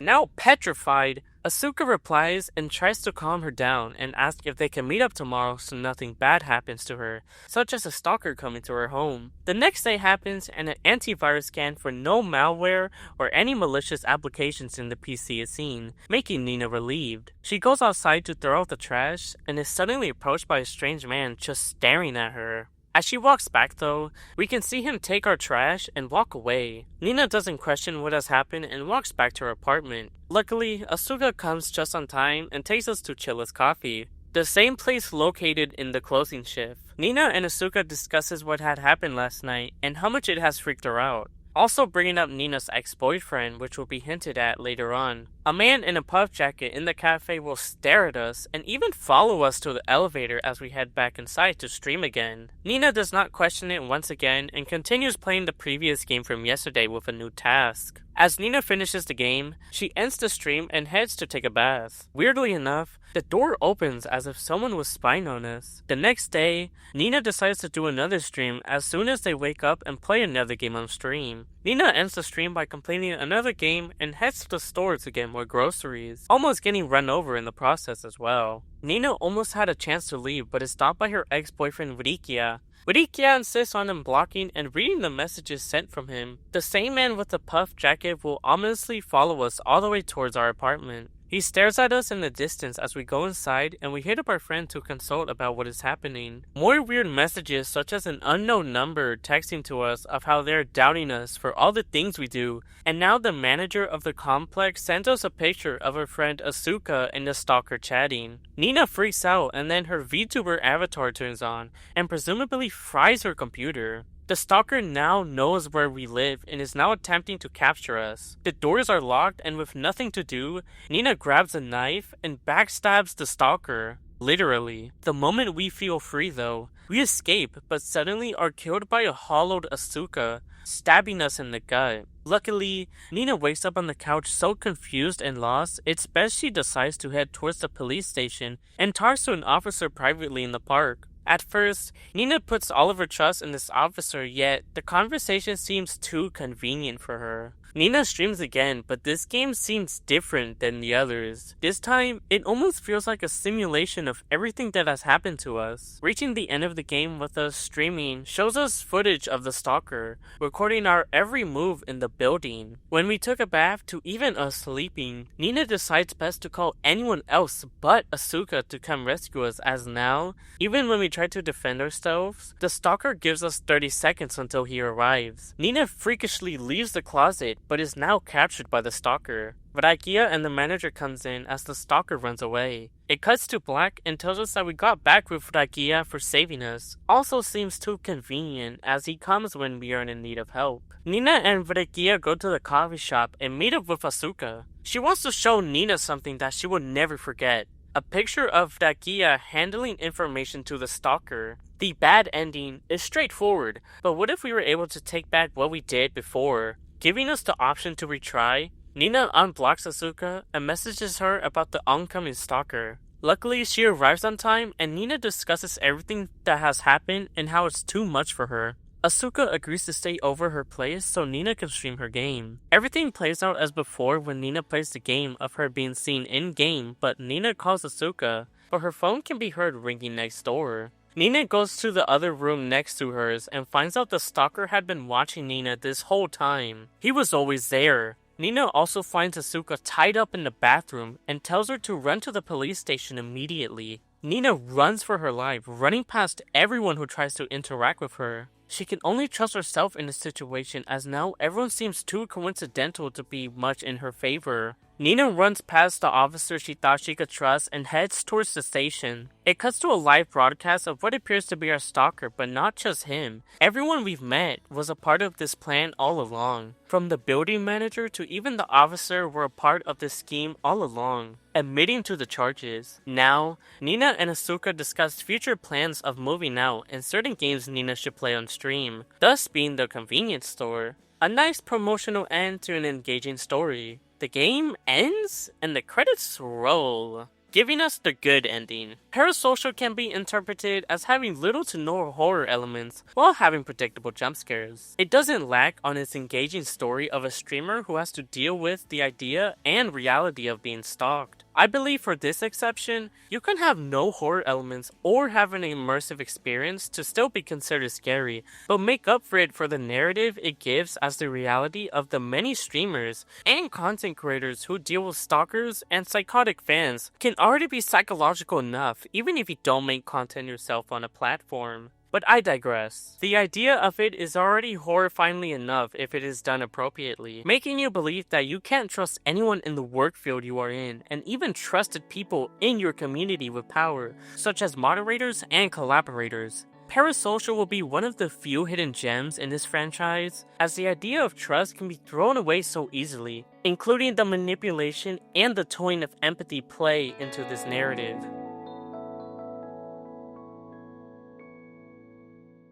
The closing shift. You can already guess why this is deemed Chilla's most popular title. This is where we enter the closing shift. The game begins with an unnamed protagonist getting ready for his shift, but it is already going to be late. Before we head to our shift, an unknown man loses his phone and we give it back to him. Nahashi, who we refer to as Senpai, talks to us about not being late, and if we ever mess up orders, he's going to tell the manager, as well as us being late as well. Luckily, Senpai isn't our boss and is only our coworker. We head straight to the counter and our first customer, Takashi. The customer, uncomfortable with the place, still gives the order to us and prepare his latte and coffee. Takashi walks out and another customer walks in, Saran. She warns us about the unnerving stalker cases around the city and to be careful as she feels as she's a prime suspect of these men. We brew her dark mocha chip chillappuccino. How ironic. And she leaves the building satisfied. As we think about the cases of the stalker around the city, a group of boys, Kenta, Koji, Shoki, and Taka, all wanting different items on the menu. We give them their orders, and as they leave, another customer, Hasaku, who is a private investigator, warns us about the many reports of people getting harassed, and tells us it's best to close the store early for any inconveniences that may happen. We close the shop as Hasaku was our last customer for today and clean up the cafe. As we almost clock out, the power turns off and spilt milk is seen near the back of the cafe. We finish cleaning up and head back home. November 15th, a new day has begun, and we head towards the cafe. Unfortunately, we're late again, and Senpai taunts us for not arriving on time. Senpai clocks out and the game plays out as usual. An elderly man shows up and talks to us about the unusuality of this place, as if it feels as if eyes are everywhere, being watched from a distance. Luckily, the man brushes it off as his imagination and continues on with his day. Another customer walks in but doesn't interact with us and we give him his order. Our next customer, Shoya, instantly hits on us for no reason besides that we are a female barista. Shoya orders a caramel macchiato if you were to give him a fake number, but will leave and get upset at us for not giving him anything. Luckily, our shift is really short and we clean the shop as usual, but before we finish though, a photo left on the table is of someone outside watching us do our job. Now, we have to deal with someone now stalking us yet again, just like in Parasocial. Our shift ends, and now it is November 27th. We get ready for work as usual before we get jump-scared by a lady with her baby. A cutscene shows someone crouching and watching us as we get in the car, building tension within the plot as now the threat seems to get closer to us. We clock in and are now tasked with doing a closing shift. Senpai mocks us as we vent to him about how we are getting this feeling of being stalked. Senpai treats the situation as a joke and clocks out. A group of schoolgirls, Mari, Mariume, and Remy bicker to one each other about each other's business, but this isn't what we want to hear. So we just give them their orders and they sit down. If you look closely during the girls' conversation, the group talks about the same situation we're now dealing with, the idea of being stalked. A homeless man, Kaya, wants a latte but sadly couldn't afford it, but luckily another customer, Akira, pays for the rest and orders a vanilla latte as well. Akira states beforehand about the idea of ghosts being present. Akira and us brush it off and continue with making their orders. Everyone leaves and today's shift is finally over. We clean up the place once again, but something isn't right. A man is seen outside watching the camera, but if we go outside, he's nowhere to be seen. A creepy note left on the drive-thru window. The day we first met, yes, at Chilla's, she smiled at me like a flower. Just thinking about her makes my heart pound. I have never felt this way before, and wonder if she's putting on the same smile she does for everyone, like she does mine. It fades to black, and now a different day has begun. December 5th. A cutscene plays from the stalker's perspective shows multiple photos on the ground and food. Could this be why the room we couldn't open is locked? Could this be the stalker who was watching and with us throughout our whole shifts? A letter left in front of her door reads as a stalker's fantasy. The smallest interaction we made with this person thinks they are in love. A destined couple. Our car is all of a sudden broken down, so we have no choice but to take the bus. Arriving at work though, Senpai is nowhere to be found until we find him in the bathroom, scaring the living shit out of him. Literally. A customer, Yoko, walks in wanting a green tea latte and a waffle. She then gives us a rosary bracelet said to ward off any evil around us. We thank her and give her her order. An idol walks in appreciating our fashion sense, but we refuse the offer as it doesn't necessarily suit our pursued passion. We do give the idol her salted caramel mocha, and she leaves. Now, the best character out of all of Chilla Art's games walks in, Mama Toro. He starts throwing it back like a fucking freak and orders a caramel chillipuccino. But unfortunately, we refuse service to anyone this sexy enough. We tell him to put clothes on and not cause a scene in a yet empty shop, giving us two Karen options of citing the Penal Code of Article 174 or calling the police. Sadly, Mama Taro just goes home. The shift ends and we clean up the shop, but once again, the power goes out. But suddenly, the lights turn into a light red, and a dark silhouette will want multiple orders with a bright red timer seen outside, giving us only less than a minute to brew as many things as we can. She tries to turn the power back on and is trapped inside the storage room. Now, the door that was locked has now opened, but a pair of eyes glaring at us. We get attacked, but we wake up in our bed as if it were some nightmare. December 17th, the stalker watching us from the window like a creep, breathing heavily. She heads to work while calling in the investigator to look around the place to make sure she isn't what she is imagining. Two customers walk in, Nana and Sumika. Nana and Sumika order a salted caramel mocha and a chocolate chip chillipuccino. Somika tells us about a supposedly photo shoot about the cafe and tells us about a man taking photos of us working. Surprised by this useful piece of information, we give them the orders and the same bitch who almost crashed into us orders a salted caramel mocha. A new customer walks in, Mashiko, tells us about someone being on top of the roof as we give her her order. Knowing no one should be on top of the roof besides the investigator, we head towards the roof and find a crawl space. Looking down, the same food and milk seen from the previous footage a few nights is where the room was. We were right all along on why it was locked. The stalker had been living within the shop, spying on us. Freaked out, we throw away the pastries. As everything is completed, the shop is now closed. The stalker sprints towards the door trying to get his way in. This was the same man from the beginning of the game and was seen during the nights of our shift. We escape through the vent in the bathroom and head immediately towards our apartment. This will lead up to him behind us in the back seat, presumably killing us. Luckily, another chance is given, and we head towards the vent and outside, but we didn't go to the back of the cafe. The investigator, now bleeding on a pile of snow, is seen, presumably dead. She grabs a cinder block from the roof and drops it on the stalker's head, knocking him out instantly. The protagonist had killed her stalker and went to the police about everything that had happened. The police went to investigate, but no one was there to begin with as they arrived. It cuts to us watching TV, but now our cable doesn't seem to work. Neither is our phone with us. We go outside to find our phone on the floor near a van. This can't be good for us. The lights are off and we immediately call the owner. The stalker had made his way inside our apartment, hiding in the closet. The stalker attacks us without us knowing, leaving us to assume whether we lived or died from his actions. The game ends and the credits roll. The closing shift by surprise is deemed to be Chilla's successor alongside the convenience store, as its simplicity and casual gameplay really does have its limitless replayability within the game. The closing shift has very minimal faults for an indie game, such as being oblivious during certain scenes and the mystery between senpai. Funny enough though, the ending was inspired by a Japanese horror series from an episode, Beneath the Wheel, where it exactly plays out during the closing shift. I do by all means consider this Chilla's leading successor of proving that in the genre of horror, no matter how small, you are capable of creating unimaginable horror with the simplicity of just working at a coffee shop. It's fun, engaging, funny, and realistic characters that don't seem like they were made for filler. But what if there was another title, improving quality-wise and story? The closing shift is definitely considered their magnum opus, but I seem to believe there was another in the making that needed to take in more spotlight. The closing shift is a horror masterpiece in its small yet indie genre of games, proving a small budget can pay off in many ways. The bath! What happened to the first Bathhouse?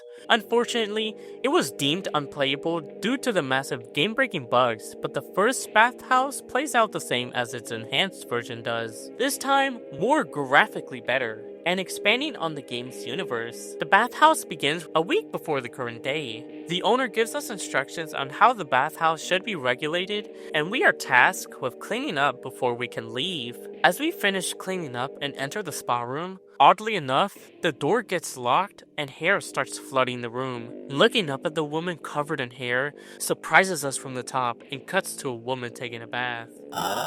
This is where we are introduced to our protagonist, Mina Akimura. Mina is offered a job near the countryside at a bathhouse from someone who knows her alongside, being offered an apartment to have a closer workspace. Mina arrives in the very small town and gets to her apartment. Mina is then greeted by her landlord and tells us to come over whenever we're ready to start our first shift. We arrive at the counter and we are given basic gameplay instructions on how the game works, as well as the type of customers we refuse to service. After the landlord finishes giving us a tour around the bathhouse and priorities we need to look out for, such as measuring temperature in the boiler room, we now officially start our first day on the job. Our first customer we serve, Futa, gives us small talk about the weird vibes the bathhouse gives. Indistinctively, the generic douchebag walks in and is sexist towards us for doing our job. We find him sexually harassing Futa, making them both leave the bathhouse. Two customers walk in, Chiyo and Miyo, who seem to be polar opposites of each other,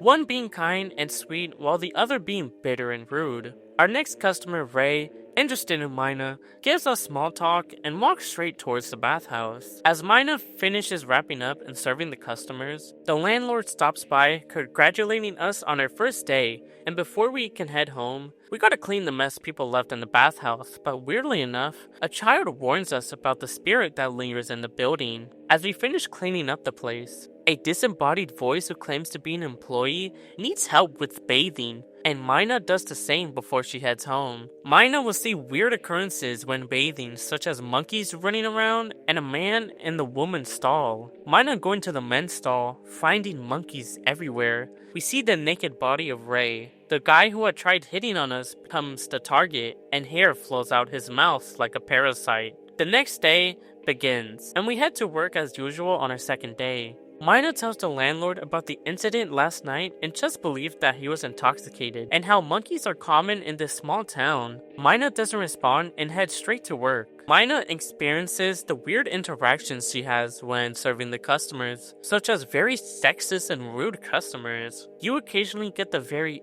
ugly characters in as your day goes by and nothing out of the ordinary happens. Our final customer, Kaichi, who was brought up before our shift by the landlord, wants us to be his personal caregiver and wants us to watch him whether we like it or not. Kaichi talks to Mina about how he owns this place, and if it wasn't for him, she wouldn't have gotten the job.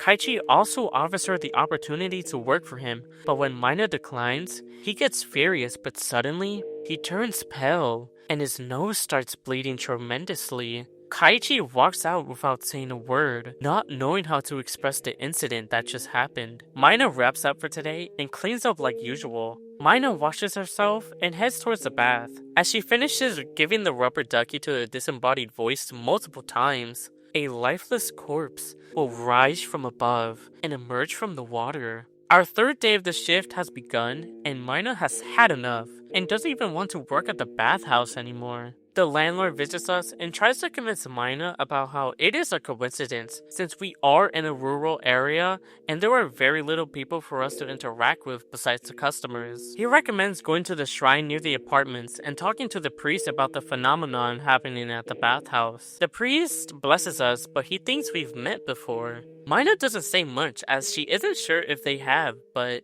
it's best that she continues on with her work to not think about it. Mina will get special customers during this day, such as a very religious follower and a palm reader who talks to us about the misfortune of what our past has. Filled with resentment and love, Mina, weirded out by the situation, tells the customer to knock it off and doesn't break the rules of the bathhouse. Another customer walks in by the name of Toru, who was here previously, and talks to us about how he believes his sister lives in the village, but he doesn't know how she looks. She'll tell Toru when she is found around the village. As our shift nearly comes to an end, we of course have to deal with the less obnoxious but still rude customers, with an elderly woman with dementia not taking a bath and staring at a fridge. A disfigured pregnant woman walks in, telling us about the despair hidden within the bathhouse. Mina predictably hears a crying child to find out that the woman had given birth in the bathhouse, stating it was his fault and why would he do such a thing, almost being pulled by her.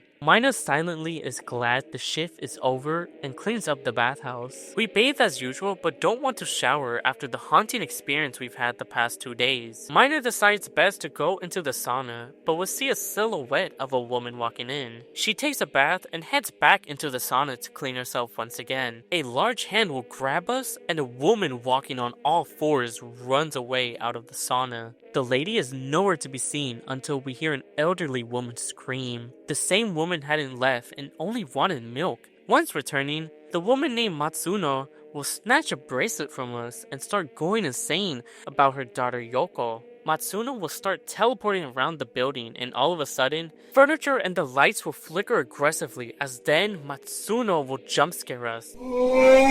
The landlord will find us unconscious and we've clearly had enough knowing this place is not only haunted, but cursed as this is affecting us to the point of unconsciousness. Day 4 of our shift begins with us as usual, but the priest visits us and tells Mina about the basement hidden within the bathhouse and why all of these paranormal interactions have been happening to her. He also warns us to not get caught by the landlord as this is the point where he is not liable and seems to be hiding something from us. As Mina makes her way past the landlord, a hidden room within the boiler room can be seen behind a sheet of metal, hidden beneath our noses. The basement reveals the truth of why this bathhouse was haunted, along with a note of presumably what appears to be a pregnant woman writing about her experience in the basement. The priest walks in and talks to us about the story of a woman who the landlord was obsessed with, awed by her beauty, which made him kidnap her and lock the woman in the basement. The woman was pregnant and died during childbirth of 2 children. The mother named Yoko, who was mentioned by Matsuno, died in the basement and now haunts the building as an abume. Now, an abume to begin with is a part of folklore of women who die during, before, or after childbirth will become an abume and are said to roam the nearest place of where they passed holding the child. This explains the uncomfortable scenes during the game when Mina interacts with the pregnant woman and how Matsuno reacts near the climax of the game. Another turn of events revealed the name of Mina was given to us. It turns out we were the daughter of the abume named Edna from the beginning. The priest continues on and warns us about the plan the landlord has made to get rid of the curse and us, as it requires the child of the abume to be burned. Toru, who was trying to look for his sister, turns out to be her brother as well, and the priest has had him assist us by not carrying out the landlord's plan of getting rid of the curse. The priest now wants us to run away, as we are now in a critical situation of being sacrificed. As Edna tries to escape, She notices bubbling coming from the pool and without her noticing, is attacked by the landlord attempting to drown us. The bathhouse turns into a bright red with a timer in which we need to clean certain parts of the bathhouse or Yoko will emerge from the water and kill us. As Adana is finally free from the male stall, Adana gets dragged into the Red River by Yoko. Adana gains consciousness and knocks the landlord out for a bit and runs back towards her apartment. At first, we thought we got away until the landlord makes his way in, even with the effort of Yoko trying to block the door off. The landlord will throw us to the ground and drag us to the boiler room where we get cooked alive in the furnace. Yoko will slowly look at us as if we are now with her for eternity. But this isn't how you wanted this story to end, did it? Edna wakes up being uncovered by hair, plays out as the climax as before, of us being greeted by the Prius, but this time, we're able to tell our brother Toru who we really are. Toru tells us to visit room 102, which is below us, in case we need help, as this is where the Prius lives. The events go on as before as we run towards room 102. The landlord will capture us once again, which turns into a physical brawl, punching us countless of times before we hit the ground. The landlord takes us to the boiler room, but instead of us in the furnace, he decides to burn himself along with the building as well. Fortunately, Toru finds us and takes us out the burning building, thanking her about just knowing that his sister was alive and well. Toru leaves himself to be the sacrifice to stop the curse. The police arrive at the building, and as we discuss what has happened, we unravel the amamori, which was given to us showing an umbilical cord belonging to us. This briefly cuts to a cutscene of the now burned bathhouse, showing the aftermath and how much damage it caused. As the camera slowly zooms in, a figure crawls out the furnace, revealing to be presumably Yoko herself. The game ends, yet this still isn't the ending we want. Finding pieces of a puzzle around the map, we enter the shrine, which reveals the textbook of a different method of removing this curse. No sacrifice needed. We get Toru's umbilical cord as well, and the ending plays out as before. As the landlord tries to drown us, we enter an empty space of water, where Yoko will gaze at the endless void, and is surprised what she was given. Freed from her torment, Edna frees herself and knocks the landlord to the ground. The landlord's plan almost works as he tries to hit us, but just in time, the Prius stops him, in which he enters the funniest yet really amazing fight scene between the Prius and the landlord with a dubstep to intensify the situation. Funny enough, the Prius thanks Edna and wishes he would have interfered much earlier as he was an observer of everything that had gone down, only wishing to have done so much more. The Prius believed Yoko never wanted to hurt her children, and was only after the landlord for revenge, and is seen during the previous endings trying to save her children. Yoko's only way of seeing her children was interacting with the area, which was her only form of communication seeing her kids. Toru meets up with Edna and offers the opportunity to live with him, but from a farther town from where he originally was. She happily accepts this offer and drives off into the new town she'll call home. A small thing I want to point out is that Matsuno will start jogging towards us, which I thought was pretty wholesome. Toru and Edna drive off into the road as the bright star in the sky shines above us. The credits roll, and we see the customers we've interacted with in the background, which was also a really neat decision on their part. The game closes, and the scenery of the title plays, as now, our journey is over. The Bathhouse, by indie standards, definitely is a masterpiece, as it takes the similar presence as the clothing shift and the convenience store, but raises it to its already above expectations with emotional scenes, engaging gameplay, and along with a really compelling story of another yokai tale based in a bathhouse. I don't think in horror indie standards there will ever be a game as compelling and thought-provoking as the Bathhouse, nor the clothing shift. I still do think the closing shift is a little more fun gameplay wise, but the Bathhouse is a more emotionally driven, as like previously, Almost none of the characters don't feel like NPCs, and feel like real people shown through the credits, living a normal life like everyone else. The Bathhouse is a title that, despite its previously flawed and broken original, decide to revamp the story and flesh these characters out even more to make this a fun, yet powerful masterpiece of the indie horror genre, such as Milk Inside a Bag of Milk and Stay Out of the House by Puppet Combo. The Bathhouse now redeeming itself of its quality and purpose in its producer's name. If you were to rank Chilla's art by how unique or horrifying they are, most people would say the closing shift or the convenience store from its casual and compelling story. Yet, there is no ranking, but if I were to do so, Manto would be number 1. And now, here we are.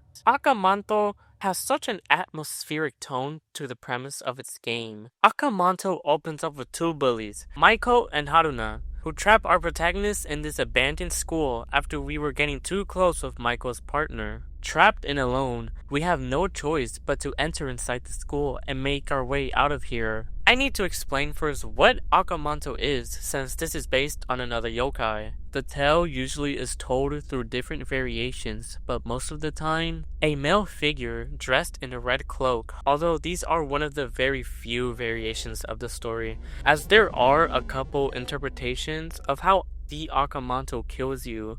Going into one of the bathrooms, we unfortunately pick up the red paper on the stall near a tape, which captivates the tale of Manto. We find a tape on the sink which goes as follows. A new transfer student named Atsushi is in a new school and is approached by another student, Nakajima. Nakajima's tone frightens Atsushi, as he's considered the silent kid in the school and doesn't reply. Nakajima suspects he's getting bullied by another kid named Kobayashi. Nakajima gives Atsushi a tape recorder so if anything bad happens, he can get Kobayashi in trouble, as Kobayashi happens to be the principal's son. The tape ends and we keep moving forward. Exploring the school, just like in Yuki Onna, isn't in chronological order, as the further you progress depends on what area you are in. The second tape found within the vents explains to Atsushi about how the tape works and how to use it, even if he treats it as a diary. Atsushi thanks him, yet doesn't reach out to him, as this will be the only time he'll use it for the purpose of Nakajima's help. Atsushi in fact hints to something he may have been involved with or done to have gotten Kobayashi to treat him so poorly. Our third tape begins with a message recorded by Atsushi, who's straightforward about why they are quiet. Atsushi explains on the tape about the constant abuse from his father, and is capable of getting away with it due to the power and status he has as a politician. Atsushi doesn't want to keep facing the immense abuse from their father, as now they have collected evidence for his father to be put in jail. The fourth tape near the cafeteria automatically records the abuse happening between Atsushi and the father in real time, blaming Atsushi for reminding him of their mother who left them both for an unknown reason. Whipping and cracking can be heard in the back as the father continuously whips Atsushi. For now, Manto will slowly start placing portals around the map to teleport everywhere. Entering the library, we'll find 2 misplaced books along with a talisman for one of the doors that was held by a spirit during the beginning of the game. Opening the door reveals a shrine in which the paper we got during the start is needed to unlock something from the shrine. Our fifth tape will also be in the shrine, which is from Nakajima's perspective. Nakajima hears about the abuse happening to Atsushi, and to my surprise, Nakajima panics and would rather want him to stay away than to help him. Nakajima stupidly foreshadows what is to come after the tape ends, but now with access to the pool outside, Tape 6 plays as now Atsushi knew he couldn't put his faith onto someone he barely knew. They believe in this situation as due to his father's status, they of course would believe the father than the son about the situation he's in, as this isn't the first time he's told someone about the reoccurring abuse, stating how he needs to now cover up the bruises on his neck left from his father. Luckily enough, they do find comfort with treating the tape recorder as a personal journal. Tape 7 briefly records the abuse happening once again, as the father continuously abuses Atsushi, the shortest entry besides the father taking his anger out on Atsushi because of his wife. Tape 8, inside a sink, shot from Atsushi's perspective, where now, his father gets home more drunk than usual, which leads to him being even more violent towards Atsushi. punching him in the face. Atsushi, now bleeding around the room, he notices something off of his blood before passing out.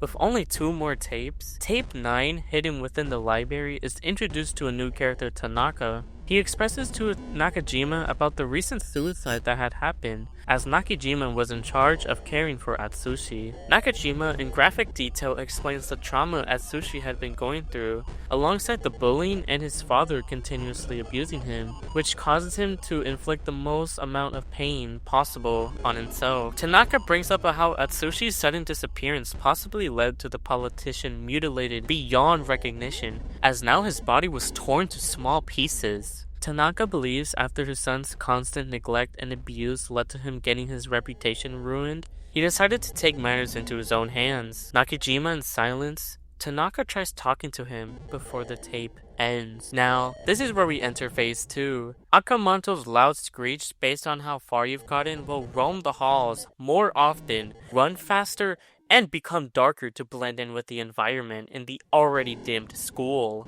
As he reached the roof of the school, a student named Nagisa, presumably a spirit, will open the door if she is offered milk and bread in order to open the door, in which you do, as this is when Akamanto is more active. Our final tape plays as follows. Nakajima, who is in the bathroom, is interrupted by presumably people messing with him. An unknown voice responding to him offers the red paper or the blue paper. As Nakajima answers blue, he believes in what he hears, the voice of Atsushi, but before Nakajima can reply, Atsushi replies with what his father had once told him as he was getting abused. Beauty is what's on the inside, now signifying that Atsushi has turned into Akamanto himself. The tape cuts and now we learn the truth of Akamanto's secret left inside the abandoned school. As you made it this far in reaching the final tape, a path is given to you on how the situation could end. As the protagonist runs around the school,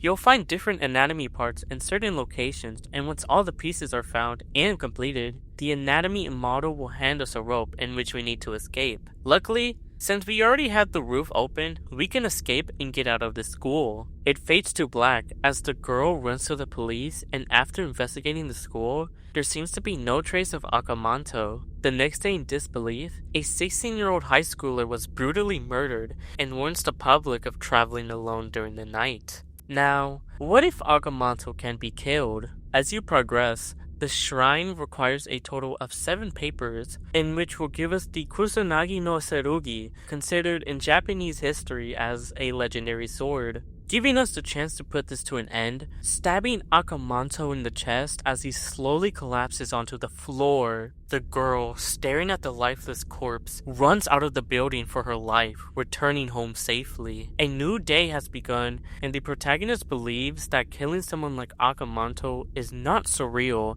and unnatural to believe. The protagonist really wanted to prove that this wasn't a dream, and went back inside the school and stayed the same as she remembered. The body of Akamanto had disappeared as if nothing happened that fateful night. No traces of blood or anything. It was best that we returned home and just needed to process what and why it happened. As months go by, teenagers around Japan about the slasher became a popular urban legend in the region, thus being called Akamanto. The story of Akamanto spread around Japan makes you consider whether the story of him was true or not. Only we know the answer to that, but who will believe us of seeing something as supernatural as Akamanto with our own 2 eyes? The end of Akamanto. The illusion of how Akamanto portrays itself is simple. Akamanto subverts your expectation of a simple survival game, yet the pure silence and chilling cries of him always looking for you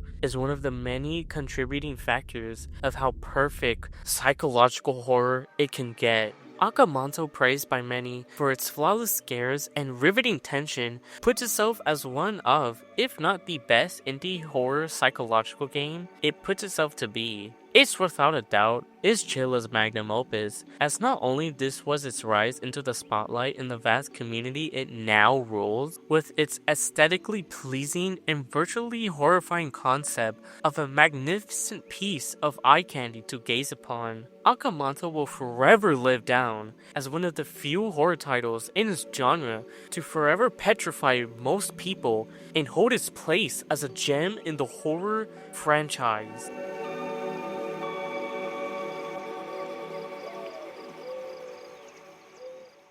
Chilla's art, by definition, is one of the many underlooked indie studios that takes a small portion of creativity and redefines the expectation on what to expect from all of their titles. It is a chef's kiss to horror as a franchise, as the people who have played their works praise the soundscape and versatile experiences, as their games are not only a form of media, but a piece of art that reshapes on how the perspective and formality it has been placed on changes on how it is viewed. Each title is unique in their own way of handling different narratives, as Chilla's main inspiration coming from their love of Japanese folklore put into games is what makes every game scary in their own special way. Chilla's art, despite the flaws within each game, still holds as one of the very few teams to change horror in general, populating the visual effects of the grainy and popped out textures taken from old generational consoles. The subverted reality of it all